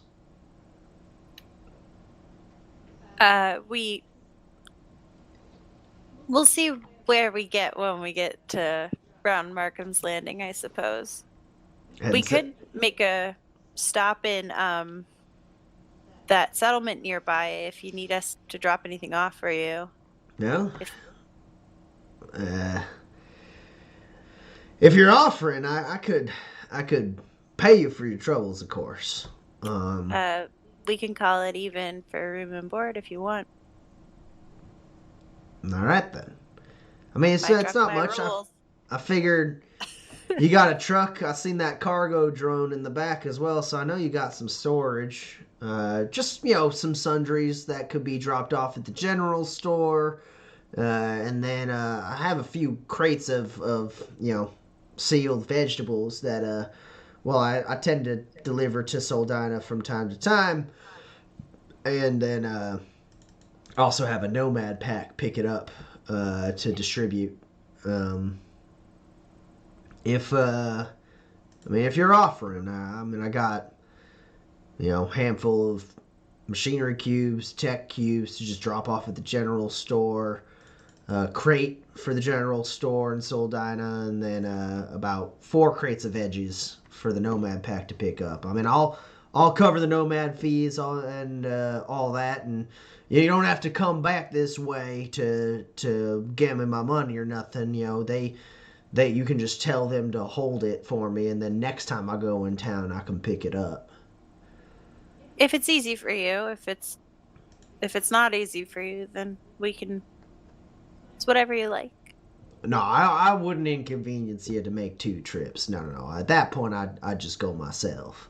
But if you're heading through Soldina, I would make it so I don't have to go there for about another month, and then I can go there to collect my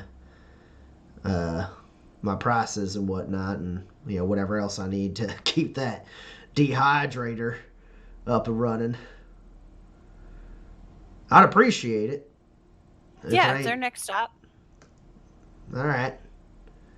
Well, then I'll have the kids load up everything into your truck if you don't mind. Yeah, whatever will fit. Give them a hand if they need it.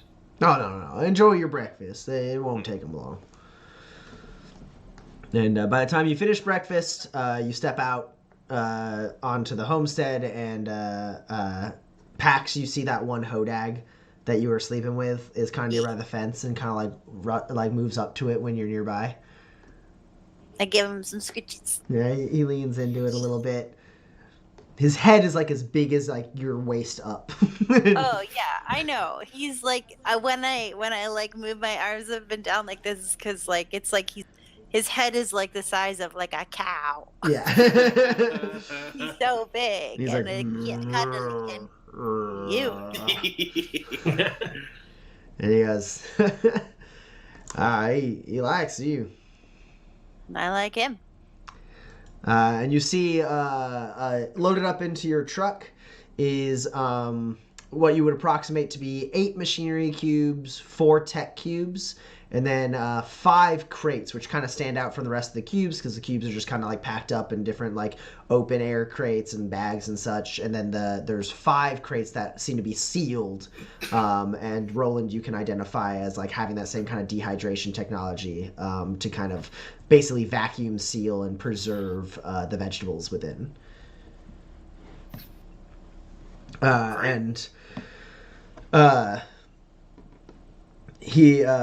Daryl walks up and he's got like a sack with him. You can hear like the familiar clinking of spurs within. He goes, I don't know who, and he kind of just like holds it out awkwardly to the 3 of you. I take it. Roland reaches out his hand, but Pax takes it.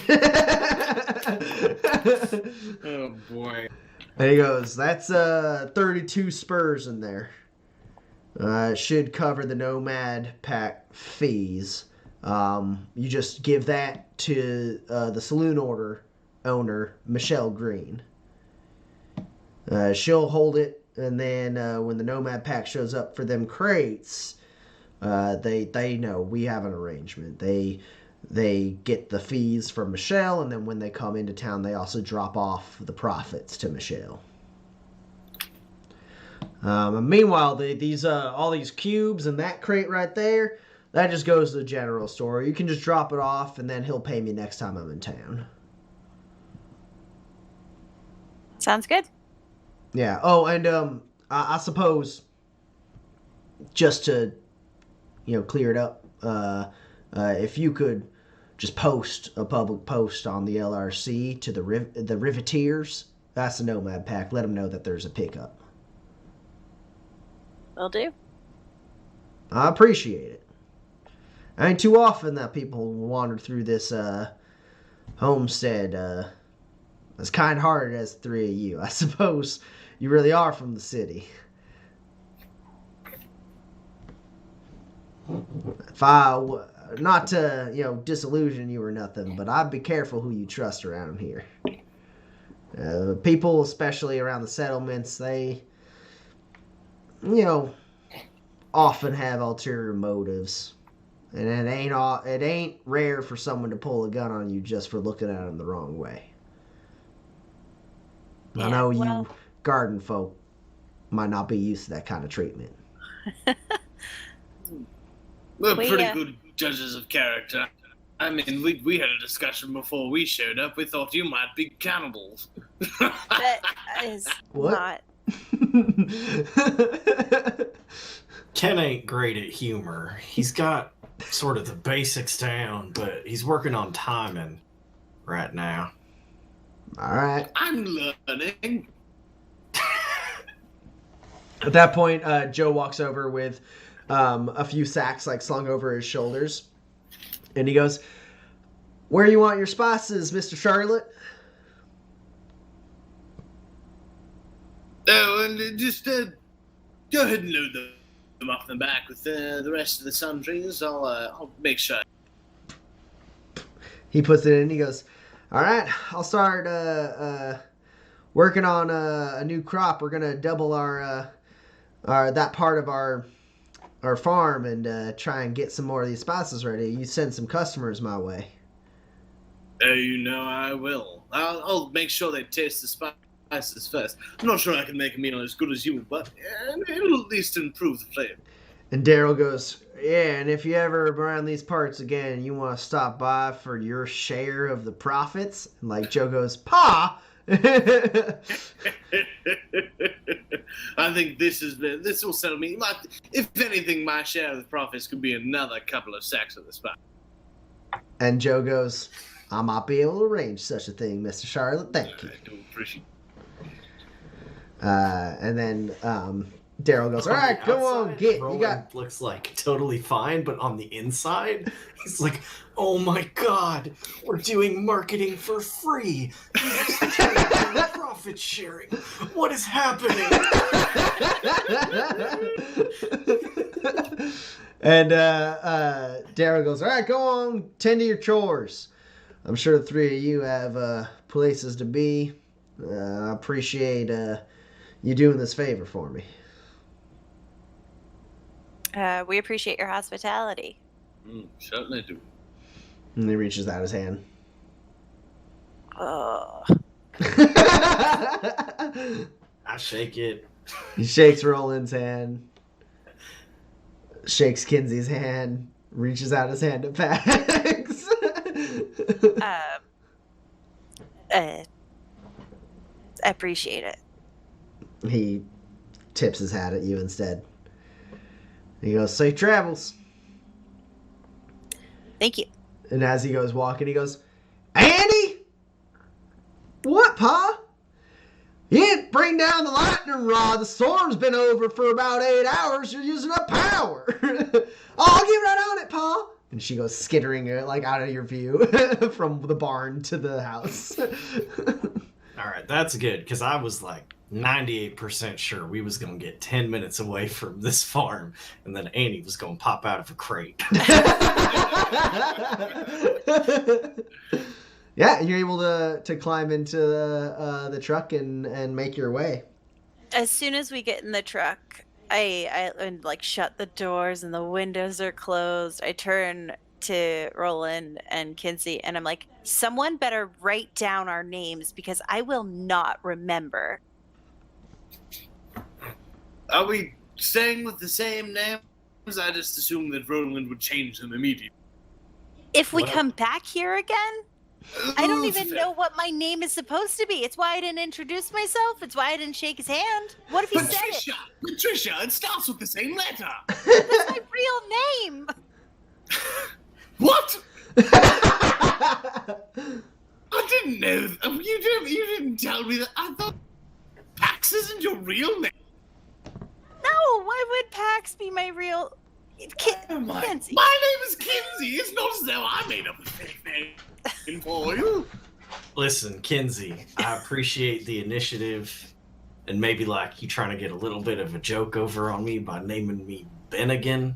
But like, I do a considerable amount of behind the scenes work to spare the two of you, such that you ain't got to remember too many names. And then also, I got a name that a person would have when I show up again at places, as opposed to like a themed bar.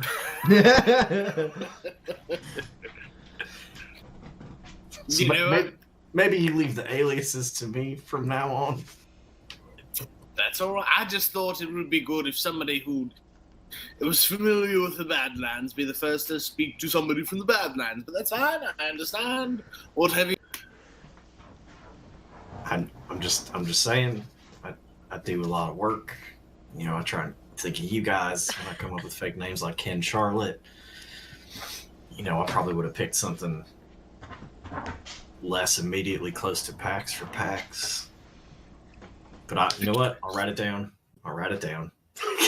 I don't need you to write down my own name. It's fine. I didn't. Well, just it's more of a like when we come here. It's less of a remember this name and more of a remember when to use this name. Sure. I think I'm going to call you Bennigan. I like Bennigan much better than I like Roland. Well, Ken, that's tough. Bennigan ain't a real name. And you go driving off into the distance of the Badlands. It's like at this point, even as early in the morning, most of like the puddles and whatnot have already started to dry up. The ground soaked up that water real quickly. So it's already getting really close to looking like there was no storm at all, and that it's back to that arid kind of landscape you saw before.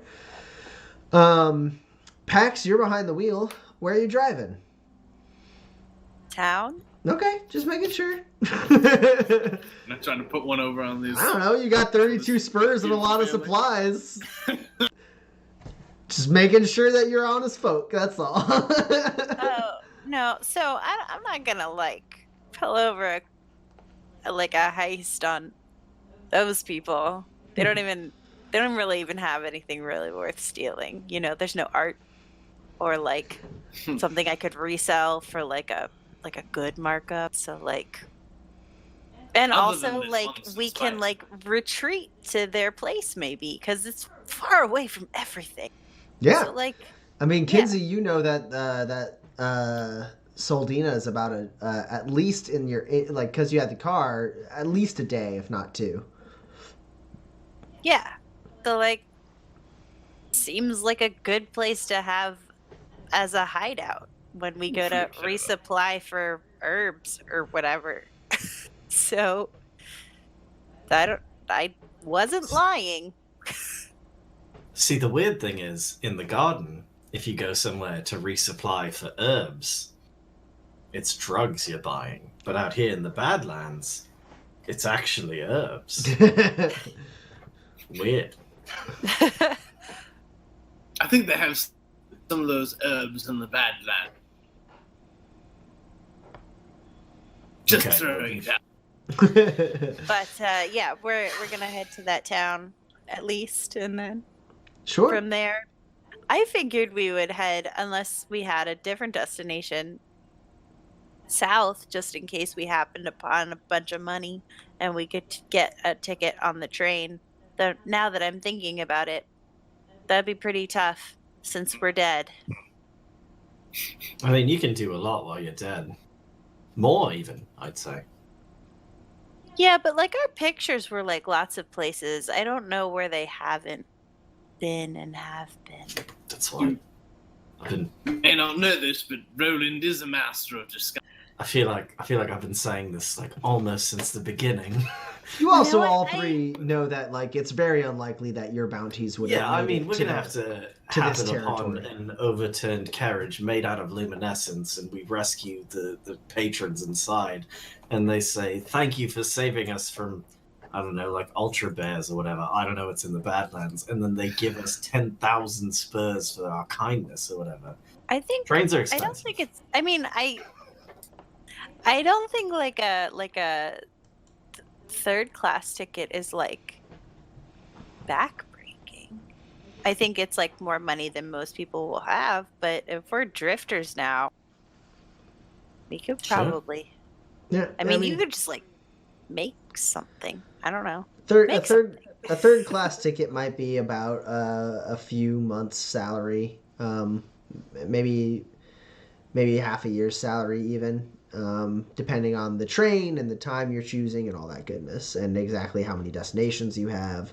There is the benefit, or no, Markham's Landing actually doesn't go directly to Waypoint. So Roland, at least having like kind of been in Alana, said you would know that the cost of a train would, because there's 2 stops there, you're looking at like easily like 80-90 spurs a person, even for a third class. The more I think about it, in the time it would take us to earn the spurs to get on a train to go to Waypoint, we probably could have driven to Waypoint. Yeah. But also, I don't exactly know why we're going to Waypoint. That's a good point. We could just find a saloon and like live there forever. Yeah, well, sure. Or like, I don't know.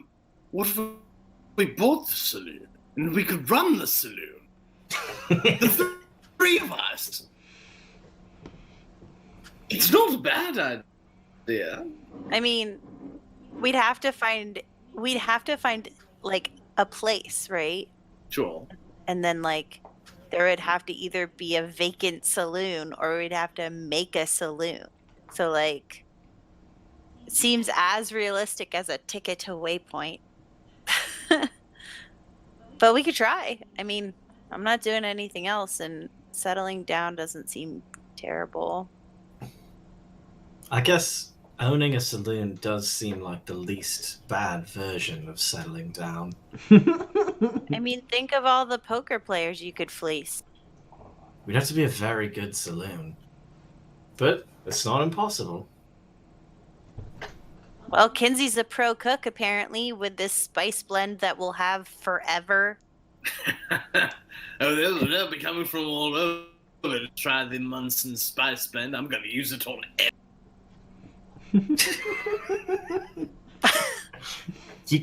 You know you've agreed to be paid in spice, right? Right, exactly. That's what I'm saying. I'll never. Okay. And now we've got a farm to run back to. I don't see the problem. Okay, but they offered you money. We'll be making money at the saloon. All right, I say we find it. Sure. Is it all right if we stop in town first? Yeah, no, Fair enough. I Okay, figured this isn't enough stuff to like really do anything with in terms of stealing it. Okay.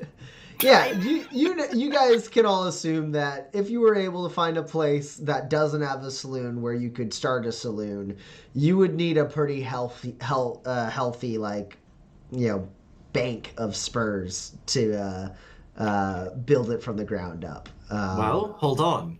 How many cubes did we just get? What class of item is a saloon? Sure, if you want to build a saloon in the middle of nowhere, you can make a shanty saloon. Well, you know what they say: first a saloon, then a town. The chat says you should name your saloon Bennekins. That's the best one yet. Yeah. Oh man. Yeah. No, or we could build a flatbed and have a saloon on wheels. We could do a riverboat saloon, but on land. And this is how the conversation goes all the way to the settlement. So you start heading your way towards Soldina. Like I said, it's over a day's travel, even in your car. You tear through the Badlands. This thing has off-road. Kinsey knows the way to Soldina, so you just are kicking up dust as you go. And then it starts getting a little bit dark. And Pax, I would like you to roll an observe test for me as you are driving. Okay. I avoid the wasset in the middle of the road. You're not driving on a road, so. In the middle of my path. But I would like, yeah. So it's gonna be at a minus. We'll put it at a -1. Is it because it's too dark to see? Because I can drive it at night with my night vision goggles. But would you just like randomly put on your night vision goggles to drive this car? If it's at night, I would. But if it's Well, no. dusk, This I is wouldn't. prior to you deciding whether or not you're Then driving no. through No, the I rest of the wouldn't. night. It's like That's fair. getting dark, but it's not so dark that you guys are like, should we set up camp or drive through the night? I really like the image of like Pax wearing the night vision goggles like up on her head, and it starts to get dark, and she just like. Bing, bing. You know what? That's probably pretty accurate. What's the negative? I'm sorry. -1. Okay. Okay. What's your highest? Hold on. 9. Okay. And another 3 9s. Cool. Pax, you can have a grit. No. I mean, yes, they'll take it a grit, but you know. Cool. So I can count this 11. Fudge. So you're driving. It's starting to get a little bit dark. It's getting around that time where the three of you would discuss whether or not you want to find a spot to set up camp or if you want to try driving through the night. And around that point, Roland and Kinsey, are you both in the cab or is one of you in the back of the truck working on stuff? I think Kinsey's in the cab. Probably. I've already rolled for my Omni tool, so I think I'm in the back looking. Okay. So as you're driving, Pax, you're not like pedal to the metal. You're not going like 90 miles an hour off road or anything like that, but you're going like 30 to 40 miles an hour. And then all of a sudden there's this retching sound as the landscape shoots upward as the nose of the truck shoots downward. No, I avoid it. You don't. That's the thing. You don't. How much grit do you have? Flashback, turn right.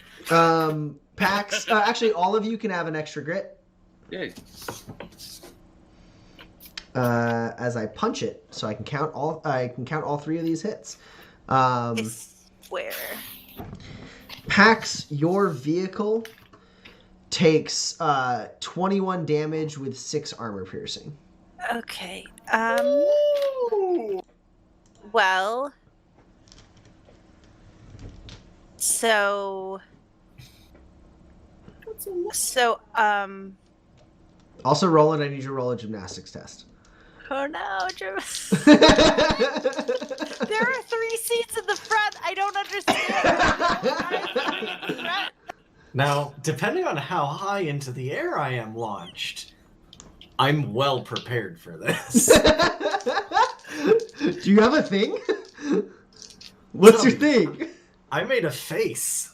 Of course I have an excellent quality grab stability harness. Okay, so your grab stability harness will give you bonuses to your gymnastics test on this. You guys all laugh at me. You say, "What? Grab stability." I tell you, sometimes I'm off of the thing. I have 7 toughness. Okay, so you reduce the damage by 7. Okay. And then... So that's 14 damage, 6 of which is armor piercing. 6 of that is armor piercing. Yeah, so your vehicle's at least going to be at a -1 because it will take 6 directly to the hit points, and then the remainder will go to the armor. Okay. Roland, how many successes did you get? I assume the grab stability harness is like a +1. What you said it's excellent quality? Of course it's excellent quality, Tommy. What do you think I am? Your face. So you actually get a +2. Oh, that matters. Okay.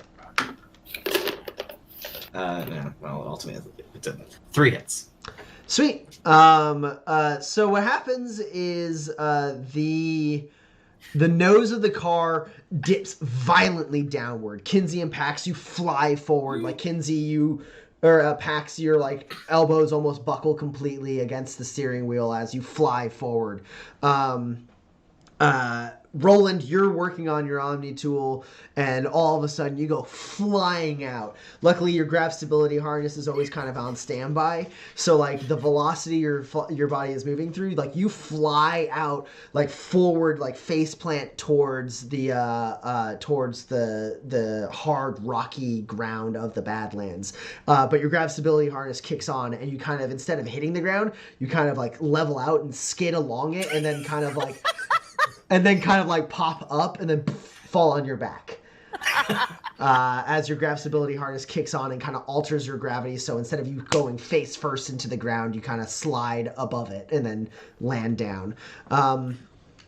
Kinsey and Pax, you both slam into the front of the car, and you see the ground of the ground, like through the windshield, is like moving. The windshield is now cracked. You heard the popping of one of the tires, and the corner, the like driver's side corner of the front of this car is being like crushed by like this like sharp maw of teeth that seems to be protruding from the ground and like it is a wasset. And Roland, from your position, you see the headlights of the car shining down on the ground. It looks like the ground is eating it, but you also see like stretching out about, at most like 8 to 10 feet at any point from the car. The ground seems to be moving as if it was alive. As the ground, like the center of the ground, is like arched upward and like chewing on the nose of this car. And I need everyone to roll initiative for me. Okay. Wait, this is so important right now. Was someone threatened with violence? Yeah. Open fight avoided through underhanded means? No. Okay. Did I take something I wanted but didn't deserve their respect? No. Damn it. I faked my own death. Did I get away with breaking the law? That happened last session. No! Hey, Tommy. Huh? Did I talk gravity out of conflict with me? Stop. No, you didn't have a word with gravity. Okay. I really need that grit. Okay. Initiative. All of you can have a grit. I'm gonna twist the knife. On my car? No, I already did that. Also, I have. I'm going to spend 2 grit to play to the gap. Okay.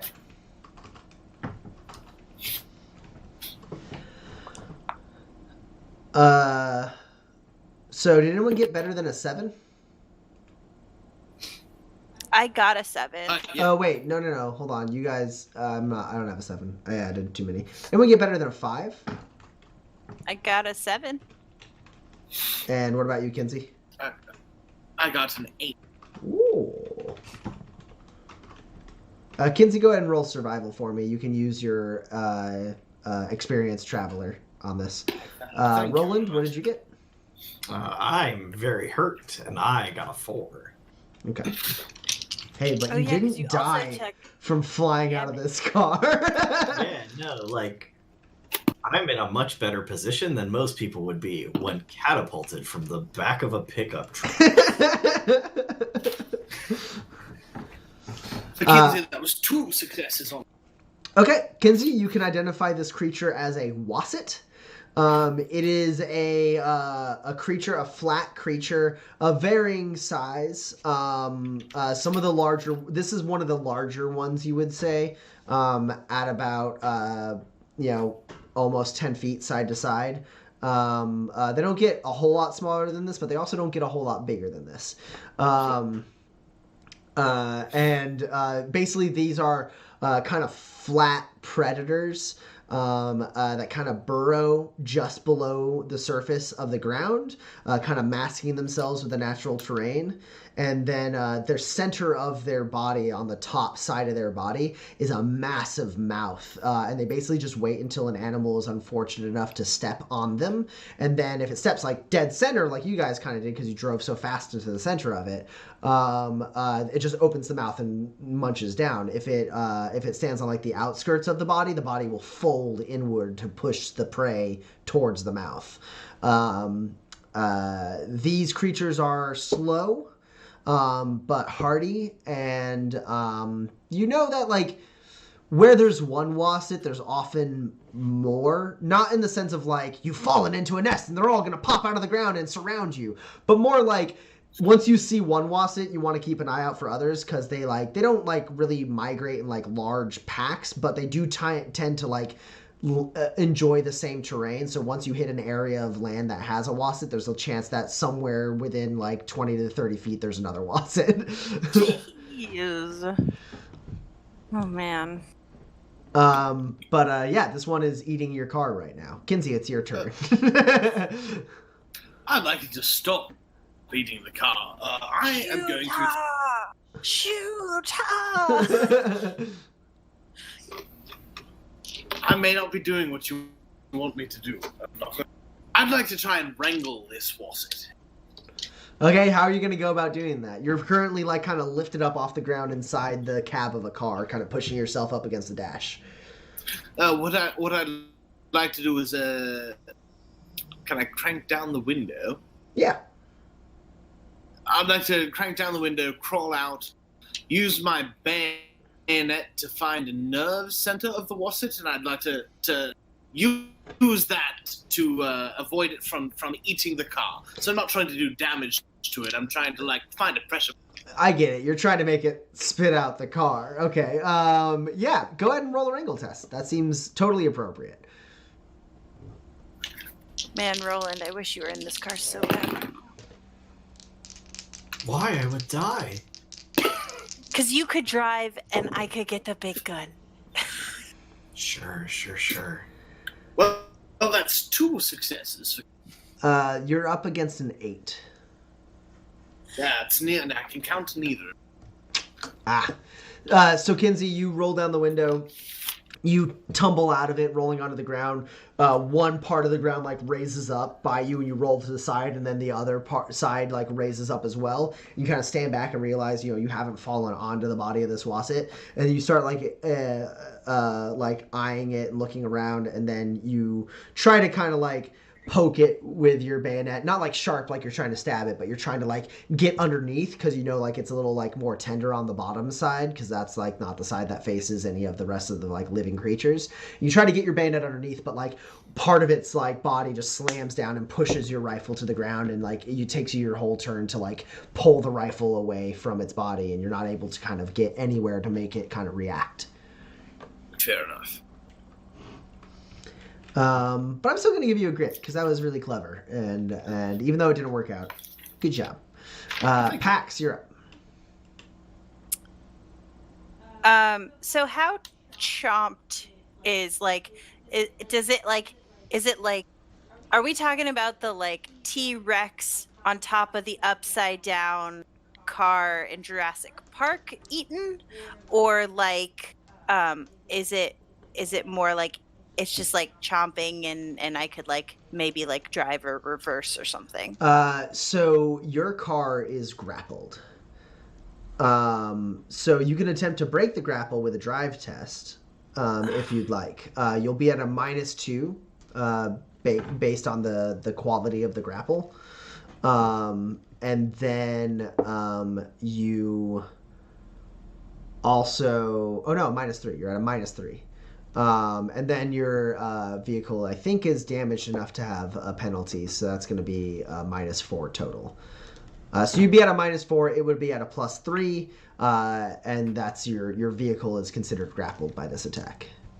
Which, like, isn't impossible. I'm just saying, like, that's the situation you find yourself in. That's kind of the mechanical explanation of how bad your car is. Basically, it's, like, lifted up. It's moving around, so, like, the tires do, like, bump along the ground. This thing's mouth isn't quite large enough to swallow the truck whole. So it's, like, kind of munching and moving around. So, like, your front tire, like, touches, and, like, your back tire, like, your front and your back tire touches, and then, like, this one tire that's not in the mouth, like, touches, like, that kind of thing. As you're being, like, slammed around and rocked around as this thing's trying to, like, get its jaws around the front of the car. Okay.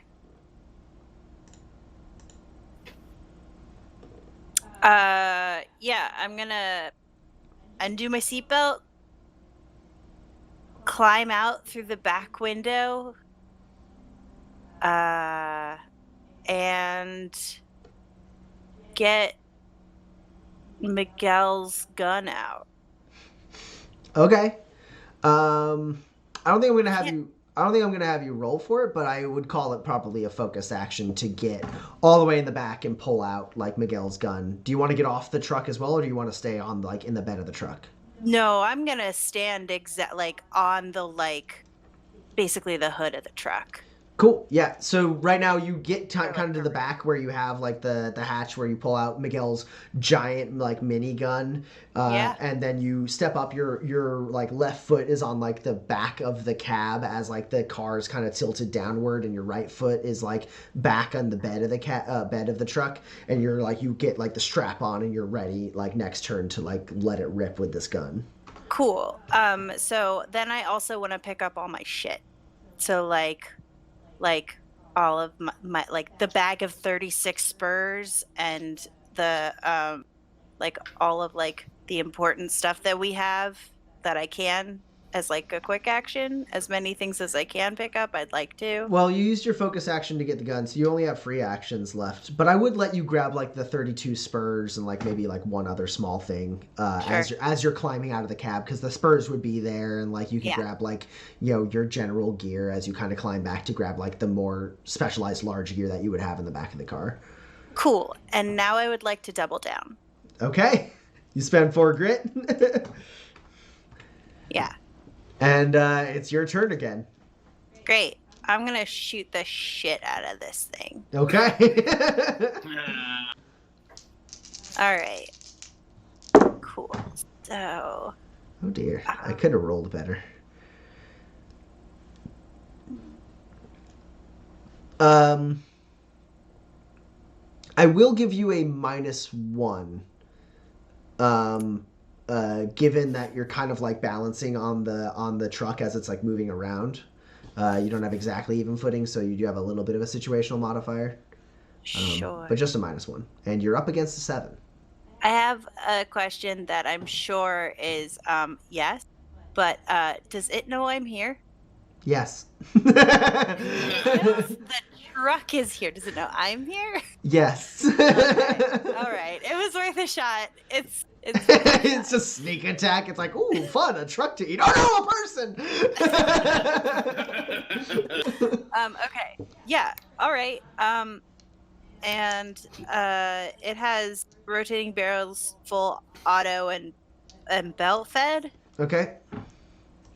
Okay. I don't know if any of those do anything. The full auto gives you a reliability.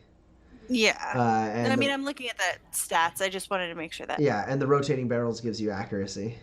Yeah. Okay. Cool. Let's do it.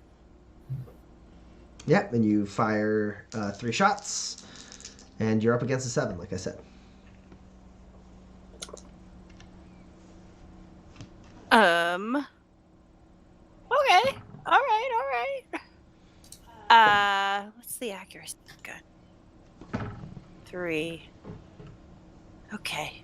Oh, it has a reliability though.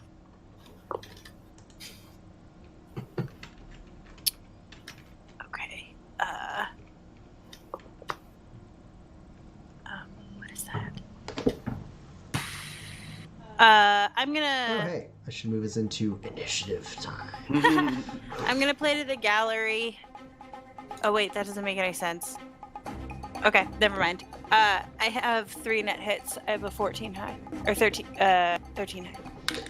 Okay, You got how many successes? 3. Okay, you can count them all. Yes, I can. How much damage is that? So it's 3 piercing, and 21 damage. Okay. And I have spent 5 of the 80 bullets that are in this gun.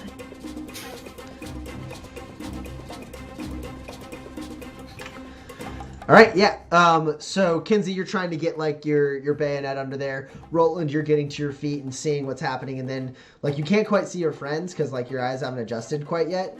And then you just see like the muzzle flare light up of Miguel Reyes's gun as Pax just unloads, just coating the ground. Kinsey, you jump back as the bullets strip in front of you.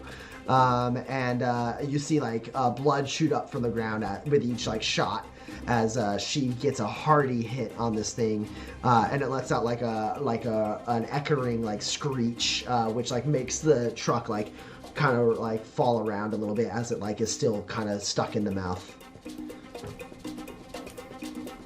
And now it's the Wasset's turn. She's gonna eat my car. It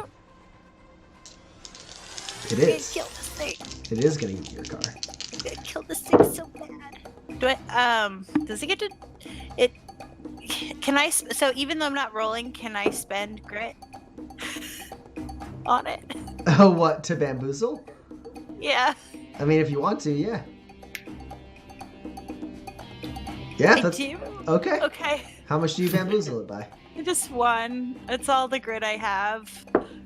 Okay. Ah, the tables have turned. I don't see you spending grit, Roland. Pax, your card takes another 14 damage with 6 piercing, which I know your toughness is 7, you said, so the damage is reduced to 7, 6 of which goes directly to the car's hit points, 1 goes to the armor. Yeah.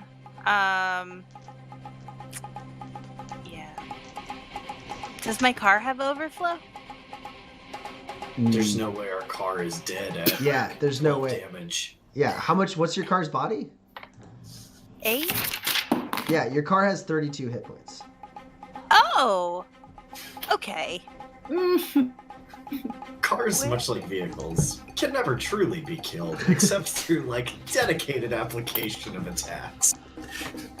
Okay, so it had 32, it took 6 damage, and now it takes 6 more damage. Yep. So it has 20. Oh, I feel way better now. Yeah. Yeah, cars and beasts work on a different scale than people. They have twice as many hit points, basically. Yeah, I basically saw the body stat and was like, oh no, that's all the hit points I have. I thought I had 8 hit points with like 16 armor and was like, no. So I'm gonna go ahead and double down with the Wasset. Mean. Everyone can have a grit. Each one of you. Now I can't die. And Pax, your card takes another exact same damage. 14, 6 of which is piercing, so you turn it to 7. And then 6 of that goes straight to hit points, and 1 of it goes to armor. Okay. As like Pax, you kind of fall like elbow first into the back of the cab and like have to hold on it for dear life as the nose of the truck almost becomes vertical, and this thing is like trying to like get a bite off of this car as its body like thrashes around. And Kinsey, you pull back, and Kinsey, oh no, Roland, it is your turn. Yeah, so I like fly out of the car, I skid to a stop, I like push myself up, look around, look at my body, like check for wounds, see the ground erupt, and like start coming down on the car, hear the gunshots, and then it's Pax's turn, because I'm not doing anything. So you're using what's the talent? Leadership. And you give your turn to Pax. How do you spur Pax in the moment?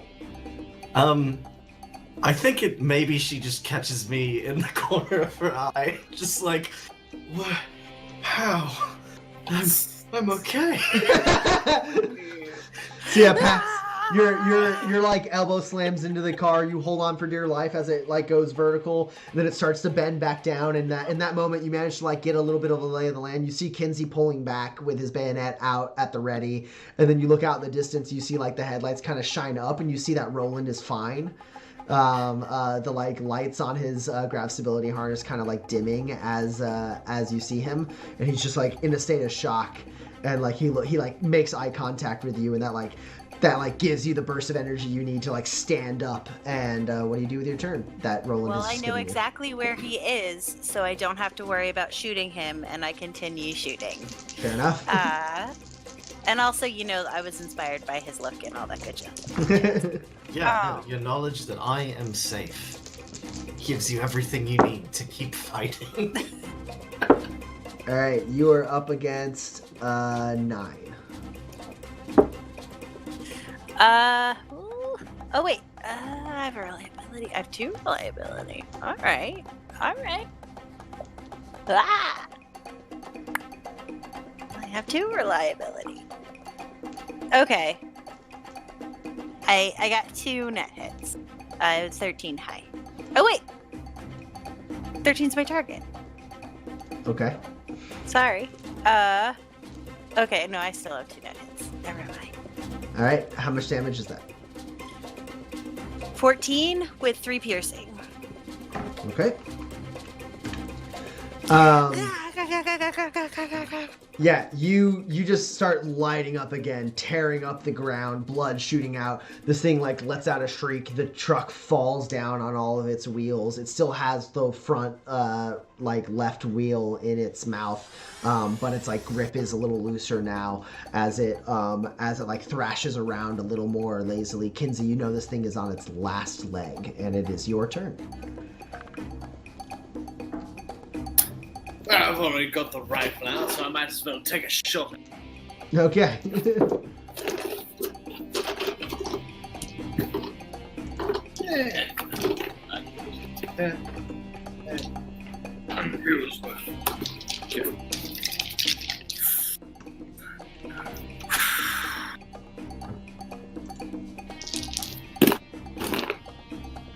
Kinsey, you are up against a 6.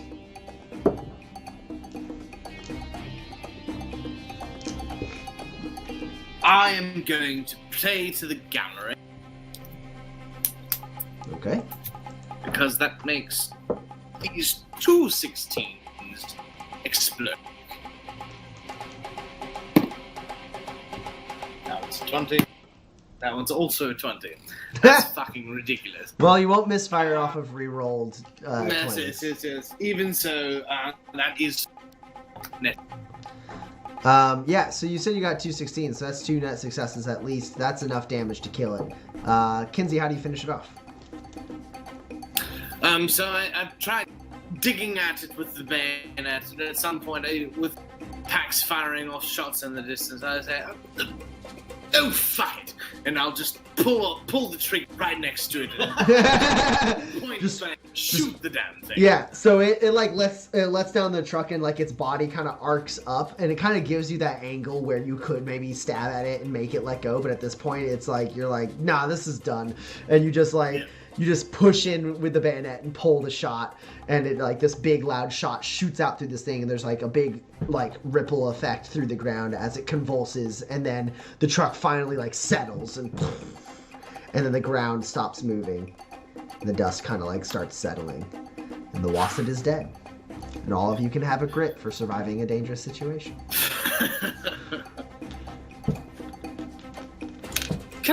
I would like to skin this one.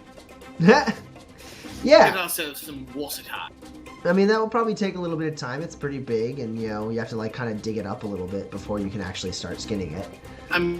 We've got to change the tire anyway.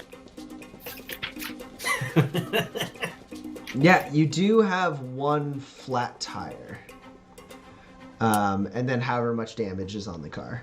Yeah. But the car will ride with damage on it, right? Mm-hmm. So, I just need to fix the tire? No, I mean, so yeah, you can try and patch up the tire, but ultimately, like, the damage still gives you negatives. The tire gives you negatives too. You can drive with one flat tire. Basically, the car has a ton of negatives. You can spend some time working on it to get it back up to no negatives. You can spend a little bit of time just patching up the tire and letting the rest of the car be pretty damaged. It's up to you. Kinsey's going to spend a little bit of time skinning this thing, it sounds like. But communicating amongst yourselves. Yeah, why don't we... Well, let's change the tire, first of all. And then if Kinsey, Lord of the Badlands, is still skinning a wasset, what a wild sentence I've just said that is true. We can, we can maybe patch up the track a little bit more before we get going. Sure, yeah. Did you guys see that? Did you see what happened to me? Did anyone? I was a little No. distracted by the ground coming up and, eating us. I got launched 30 lateral feet through the air.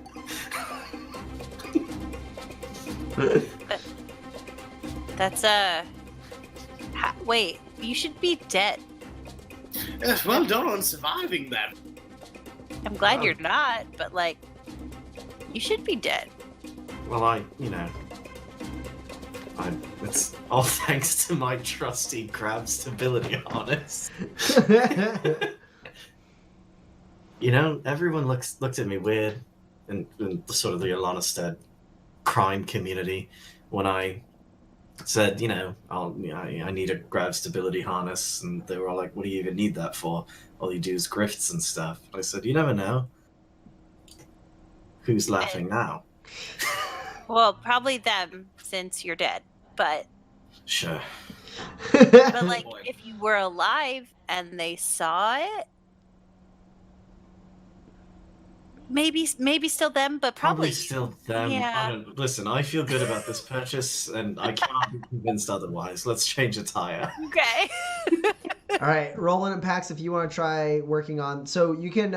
you have to expend a machinery cube to patch up the tire and get rid of the negative effect. That's just done. Okay. If you want to try and repair some of the damage done to the vehicle, you can roll machinery as well as spend a machinery cube. Okay. Kinsey, if you're trying to skin this wasset, I will need you to roll a survival check for me. Sure. Can I use so- my knowledge? No. This is practical skill, not knowledge. Fair enough.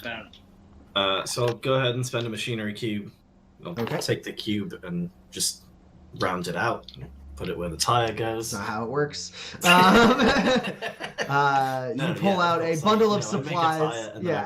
tire and then So that's done. then I'll spend another cube and we can see how much we can fix on this. Okay, Pax, if you want to assist Roland, you can. You roll machinery. You just by expending a cube to regain hit points on the vehicle, it heals up 3. And then however many successes you I get. thought it was more in vehicles. I'm pretty sure it's just 3.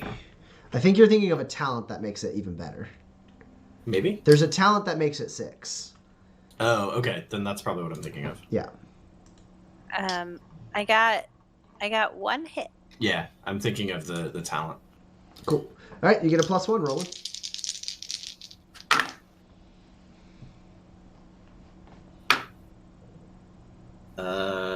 So these 2 hits mean we heal 5 damage. Yes. Nice. Kinsey, how many successes did you get on skinning? 3 hits for this water tire. Nice. Okay. Kinsey, you can put in your inventory a standard quality wasset hide. Roland and Pax, if you want to keep working on the truck, I think before Kinsey is done, you could have another roll. Yeah, I'll spend another cube. Okay, so that automatically Just do a little heals more. 3 on top of the 5, so you're at 8 regained so far. I don't help. Oh wait, I have a reroll. Hold on, I might help. Nope, still don't help. Okay. Pax is like rearranging the stuff that got all dislodged at this point. It's not helping regain it. Aha. Well, we heal 3 more hit points. Because you also missed. Regular 3. Okay, so I need- a total of 8 hit points is restored to the vehicle by the time that Kinsey is done skinning this Wasset. You kind of pull the vehicle off to the side, get the new tire on, start patching it up, like, hammering out like the frame again to get the front a little bit right. You replace like the headlight by like, crafting a new one from your supplies. And then all the while, like off in the distance, like from the light of the headlights, Kinsey is just like, looks like he's ripping up parts of the ground as he's like feeling out the body of this Wasset and like skinning the top part of the hide to like pull it up. And there's just like bloody mess behind him as he does. By the time you're done with it, Kinsey, you have like basically 4 sections of well-skinned Wasset hide, which amounts to 1 standard quality Wasset hide. Yes. Actually, for just so we remember, Kinsey, put it as quantity 4. Sure. That way we know that it's like 4 sections of Wasset hide. Heard. You've desecrated this Wasset as a warning to others who might try and eat us. If I could, I would like everyone to roll an observe test at a -2. Is the -2 because it's dark? Nope, the -2 is because you're distracted. Okay. Because I do have clear sight. I get it.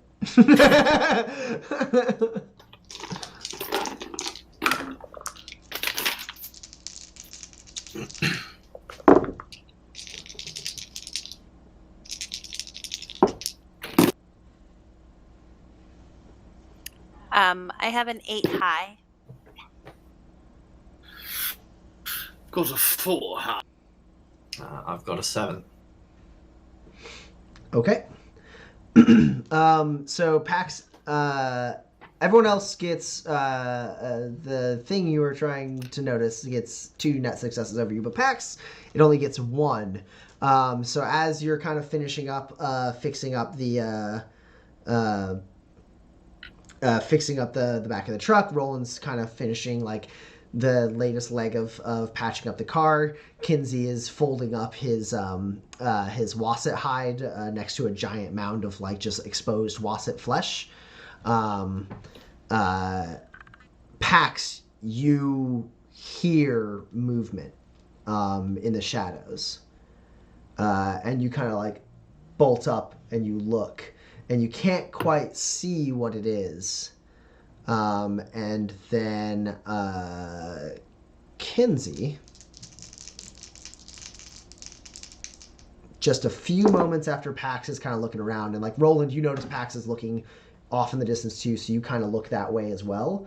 And then several feet to both of your right, where Kinsey is, like you two are looking in one direction, and then Kinsey, you're finishing up folding up your last bit of Wasset hide, and then you get basically launched forward.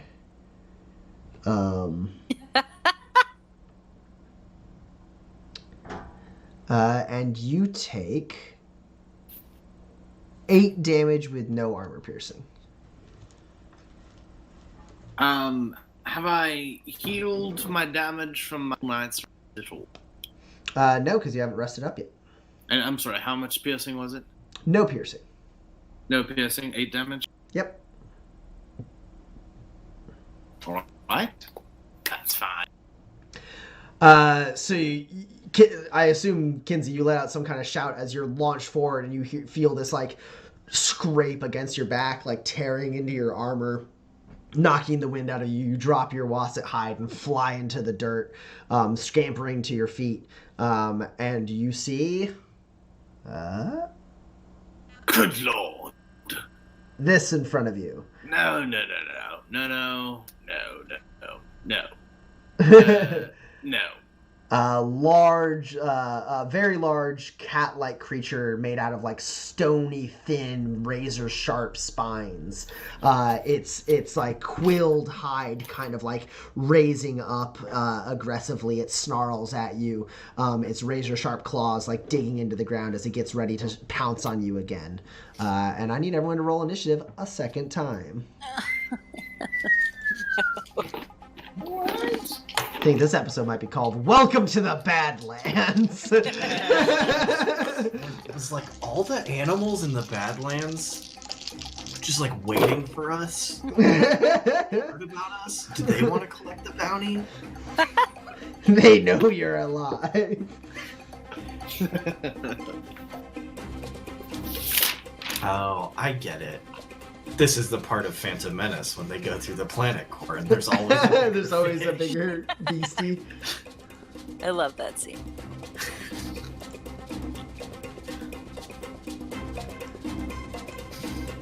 All right.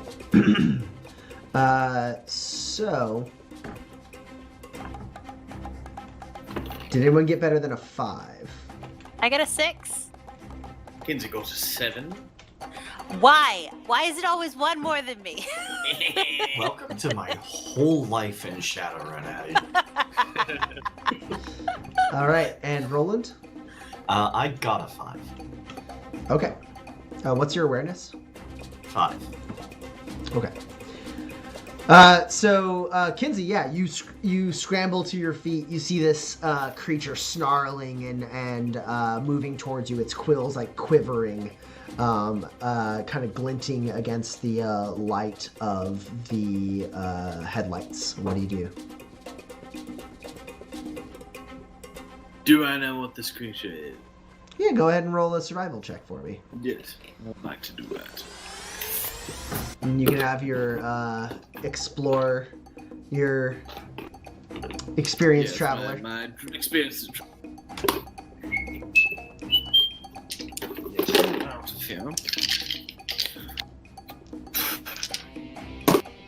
Bring up your Pokedex. That is, How many successes? sorry, 3 success. All right. Yeah. So this you can identify as a cactus cat. They are usually solitary hunters. Occasionally they hunt in pairs. And they have this sharp, razor-sharp quilled hide. That if like it kind of works as a defensive maneuver. Like if you were to try to go in and like stab this thing or like do any kind of like close combat with it, there's a very good chance you get speared with it. Yeah, so it's pretty likely that this thing's hunting alone. You assume that it was drawn to the scent of like the skinned wasset, and possibly, or not necessarily solely drawn to that. You assume, given the fact that you've already established that this is probably a somewhat of a wasset field, this cactus cat probably scavenges this field frequently at night, eating the scraps of what the wassets leave behind, kind of avoiding them along the way. And so you think it just couldn't help itself because there was a whole friggin' wasset there that it could eat. I'd like to. This one's what I'm trying to get. I'd like to pull out a flashlight, if I may. Okay. I'm going to try and sort of flash the light back and forth across its face while making sort of a sound. And I'm going to try and convince it to not attack us. I'm going to seem more threatening than I am. Sure. And I'm going to be using rank. Sure, go ahead and roll wrangle. You make yourself as big as you possibly can. You turn your flashlight all the way on this brightest setting, and you start like kind of like jabbing it at this thing's face and like stepping towards it aggressively to try and turn the tide of the fight and make it a little more scared of you than maybe. I'd also like to bamboozle it 3 times. Ooh.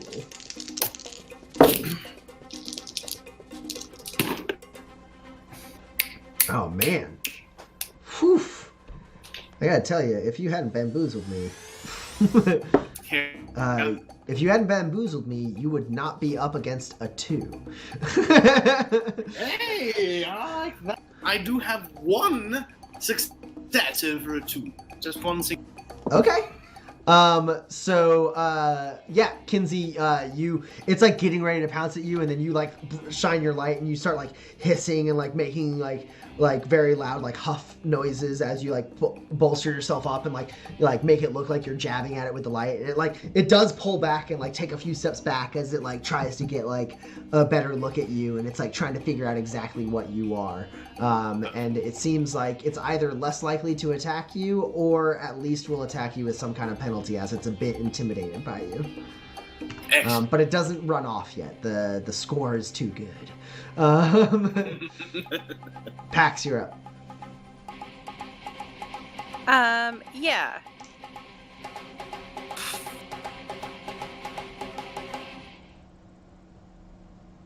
How smart am I?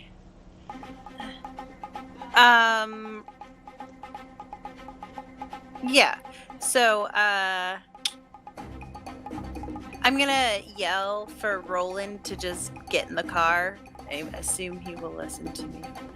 And I will grab some, like, I'm gonna reach down into the earth and grab some, like, hamburgered wasset from the gun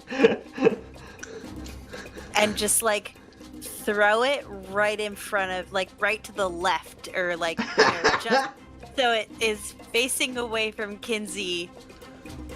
And then I'm gonna yell at Kinsey to get in the freaking truck.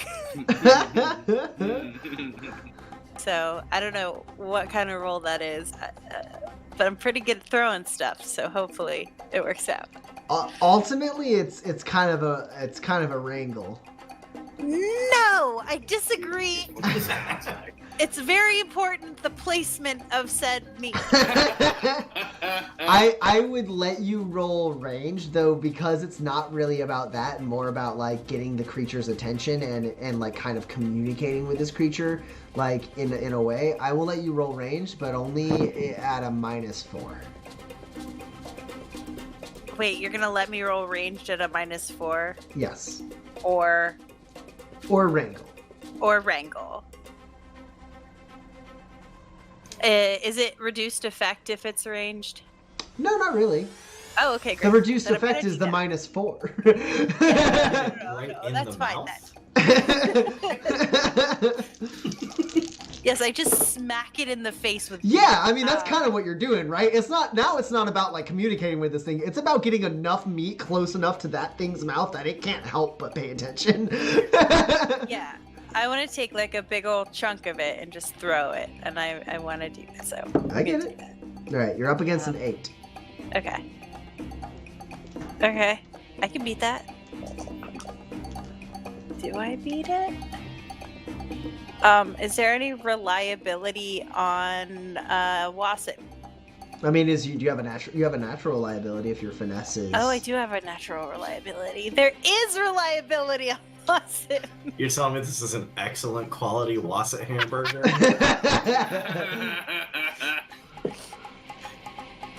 All right, I have also an 8. Am I the aggressor? Yes.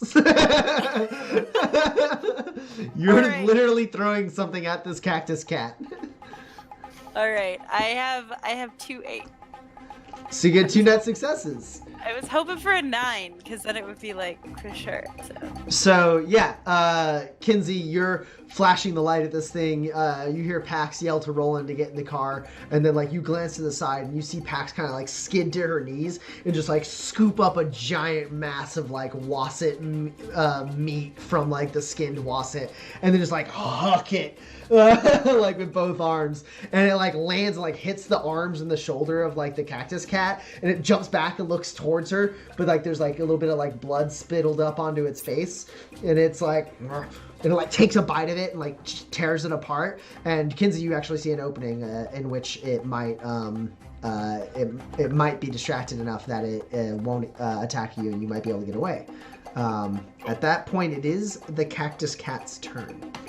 And it will spend its turn eating some meat and and snarling at Kinsey. It's like scared enough at Kinsey that it's like looking at him, but it's like also like I want to eat this off my. Oh, I'm gonna get you. And it's like not like jumping at you, but it's like kind of skirting around and like chewing on some of the meat.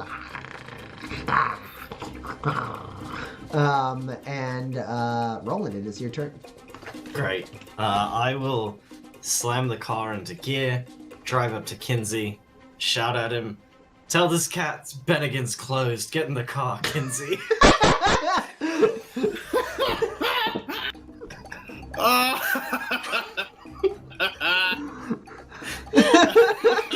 All right, Roland, take a grit.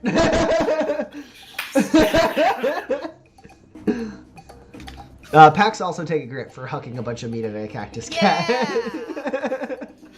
just wanging it. Okay, so you can use your focus action to get in the car, kick it into gear, drive it up to where Kinsey and Pax are, pop the door open, and give your one-liner.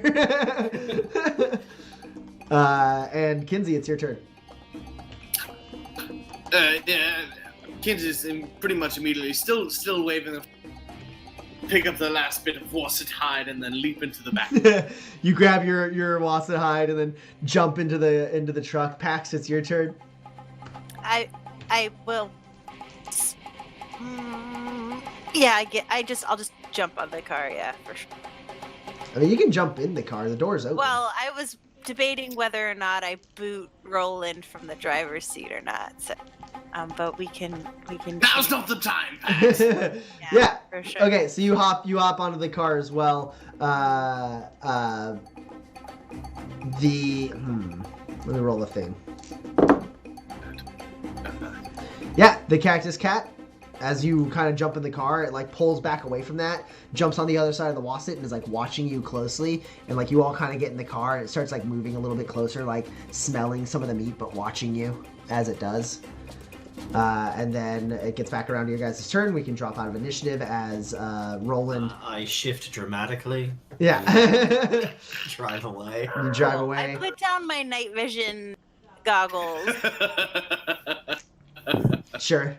and I look for wassets. Yeah. I don't know what I'm looking for, but I know they're under the ground. Yeah, go ahead and roll an observe test for me. Oh, man. Can I assist her by telling her what she's looking for? Yeah, sure. Sorry, that's observe, right? Yes. Kinsey, you will be at a -2. It's dark now. That's just that. That's a terrible roll. Oh, You guys are up against a 10. take a +3 pack. All right. 3? Plus whatever bonus you get from your night vision for. Wait, if it's a 10, does that cancel? Oh out no, my you existence? you don't Okay, have to. cool. You're assisting, so you don't have to worry about net successes. You just are giving You said tax you bonuses. guys, so I wasn't sure. Sorry. All right, yes. All of you collectively, this affects all of you. It's night vision goggle standard quality, so I think +1. it just lets me see at night. No, it gives It's you- a +1. Yeah, so you add a total of +5 to your observe test. Oh, okay, Because- great. Kinsey, what do you do? So you see Pax pull down. She's looking frantically around for like any more Yep. danger. Look, you're not looking for color. You're looking for texture. Find something that doesn't match the texture of the ground. Everything is green, but I got it. Everything's green when I look through these. And avoid plants. They don't like to stay by bushes and things. So you're looking for. Don't look away from the plants. It's like a kind of scaly texture. Okay. Yeah, no, that makes sense. Okay. What do you get? I have a 15. Okay, so you get one net success. So basically, the two of you are watching. Kinsey, you're looking and kind of describing to Pax. Pax, you're looking with the night vision goggles. You kind of shout into Roland like, "Go nearby plants," and then Aim for the bushes. Yeah, Roland, you're driving, and then Pax, you shout out, "Stop!" And Kinsey and Pax, I need you to either roll athletics or gymnastics for me as Roland slams on the brakes.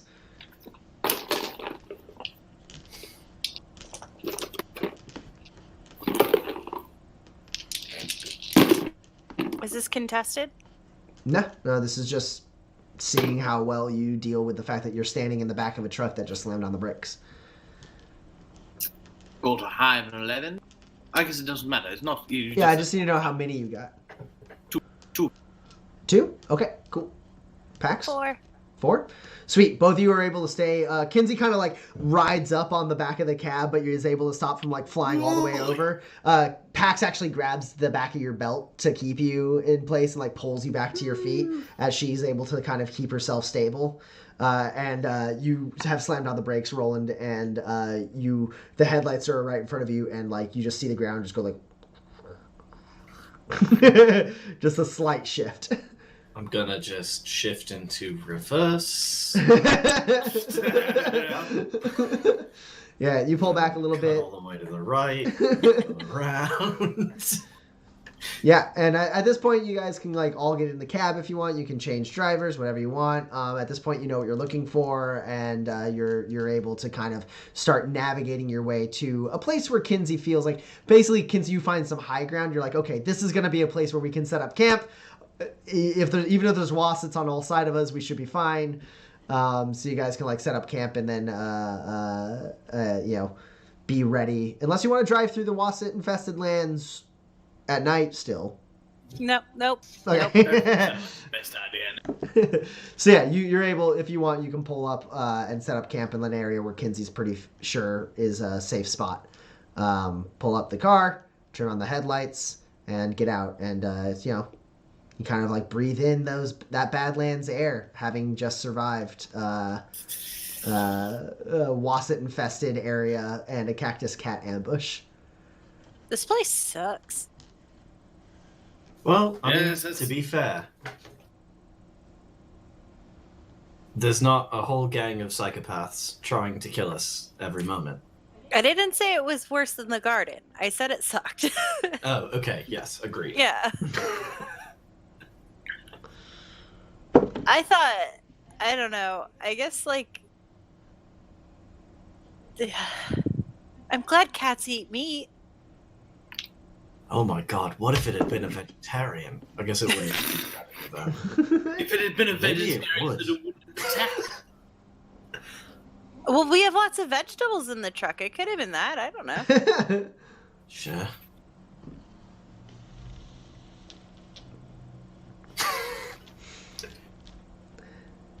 I'm gonna go to bed. I haven't slept Yeah, in 2 me days. too. I mean, I slept really great last night, but like, yeah. I guess I'll keep watch for a little bit and just make sure there's no more of those cat things or that another giant wasset figures out a way to get up here, or I don't know. Are there like other like I don't know. There's a lot of nature, and it's all mean. I mean, to nature, you're the one that's invading its territory, so it's kind of our own fault. Well, I don't think that's true. I don't think it's our fault. I think that's a disproportionate response to just sort of passing through. And Literally, all they're trying to do is, like, that's it. Yeah, but also it felt very aggressive is the thing. City folk. And then the camera pans up to show the two moons and the asteroid belt of Manifest over the clear Badlands sky. And that's where we'll end this session. It was great. Cool. So we are going to move into our Q&A section of the stream. I know I have at least one question in the Kickstarter exclusive Discord, but if anyone in the chat wants to throw a question our way, now is the time. We will answer any question you have about the game, the session, the players, really anything. Feel free. The one question I have in the Discord comes from Clyde, who asks, what percentage of the core rulebook is game mechanics, what percentage is lore, and what percentage is items/creatures? That's all for you, Pax. Well, I don't have an official word count on that, but it is I don't know. Basically, we've got a good chunk of pages at the back are critters of manifest. Then the back third or so, maybe a little bit more, is like GM rules. And then the front 2/3 is like character creation, how to play, crafting, and then the back couple of pages are like tables and stuff. So it's definitely a good balance, but it's not all one section. It's all kind of like interwoven together. So you'll find out about the stuff that, like, your history that you're choosing as you are taking it. So yeah, I don't know is the actual answer because it's all mixed together, but there's a good chunk of both. Manifest has a bunch of lore, but we do give you enough to play the game. The mechanics. All right. Yeah. Cool. That's the only question I have from the Discord. So to give anyone in the Twitch chat who wants to ask a question a little bit more time, did anyone have any advanced triggers that happened in like those last two scenes or anything we may have missed? Several predators were. Yeah, you evaded a bunch of wassets, so that's an XP for everyone there. And a cactus cat. Oh yeah, and you straight up evaded the cactus cat. Yeah. That's right. So I would say by guiding us around wassets. I don't. You cut out there, Seth. What did you say? I showed us how to survive wild by showing Pax how to see the world. A trap was utilized successfully. Trapped us. Yeah, the wasset did its job. It trapped you.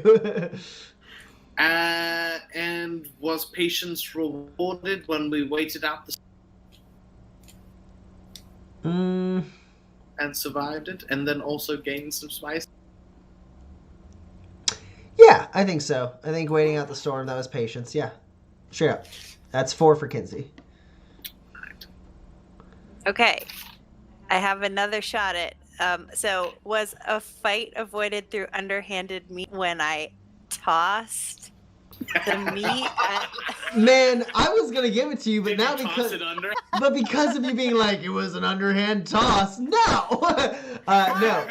No. You avoided like Kinsey was flashing a light at the thing to like distract it, and then it got distracted by the meat. It was you avoided a fight. It wasn't exactly underhanded because it was a little noble of you guys not to just murder the thing. But I'll still give it to you. Yeah, I don't think either of the other two, because like I doubt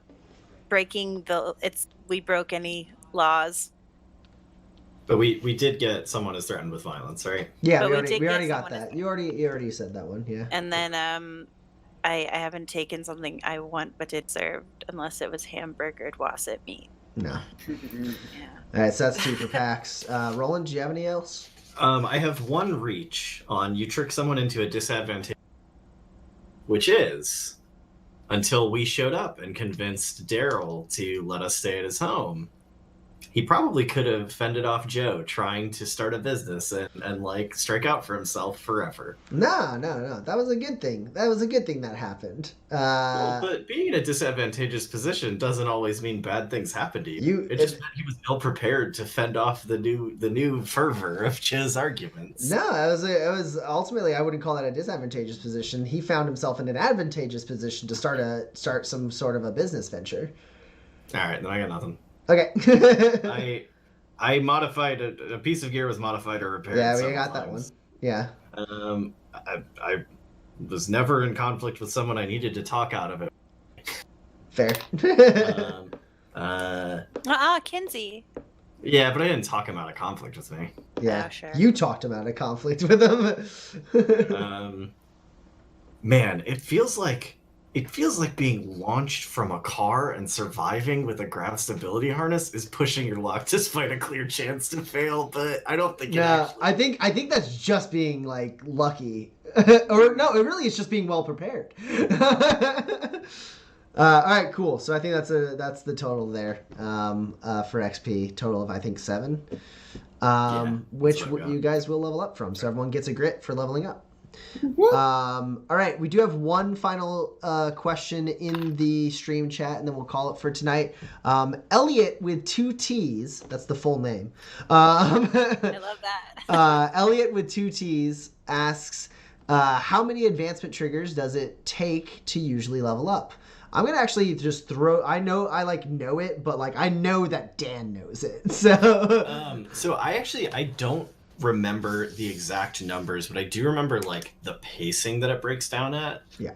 And basically, if you play with a 4-person party, it is extremely hard to not go from level 1 to 3 because like to hit level 2, you need like 5 or 6 XP, and then for 2 to 3, you need like 7 XP. And basically from there, it averages out to about once per session. Like every session, you will level up until you hit about like level 5 or 6 with 4 people. And then it starts to be like 2 sessions until about like 8 or 9. And then it starts to be like 3, maybe 4 sessions until like 13 or 14. And then it starts to be like 4 or 5 sessions.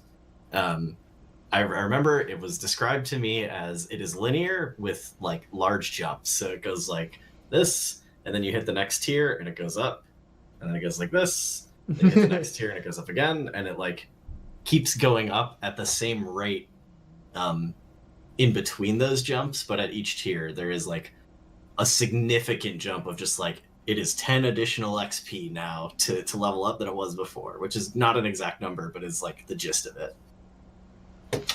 I map out experience a lot. Yeah.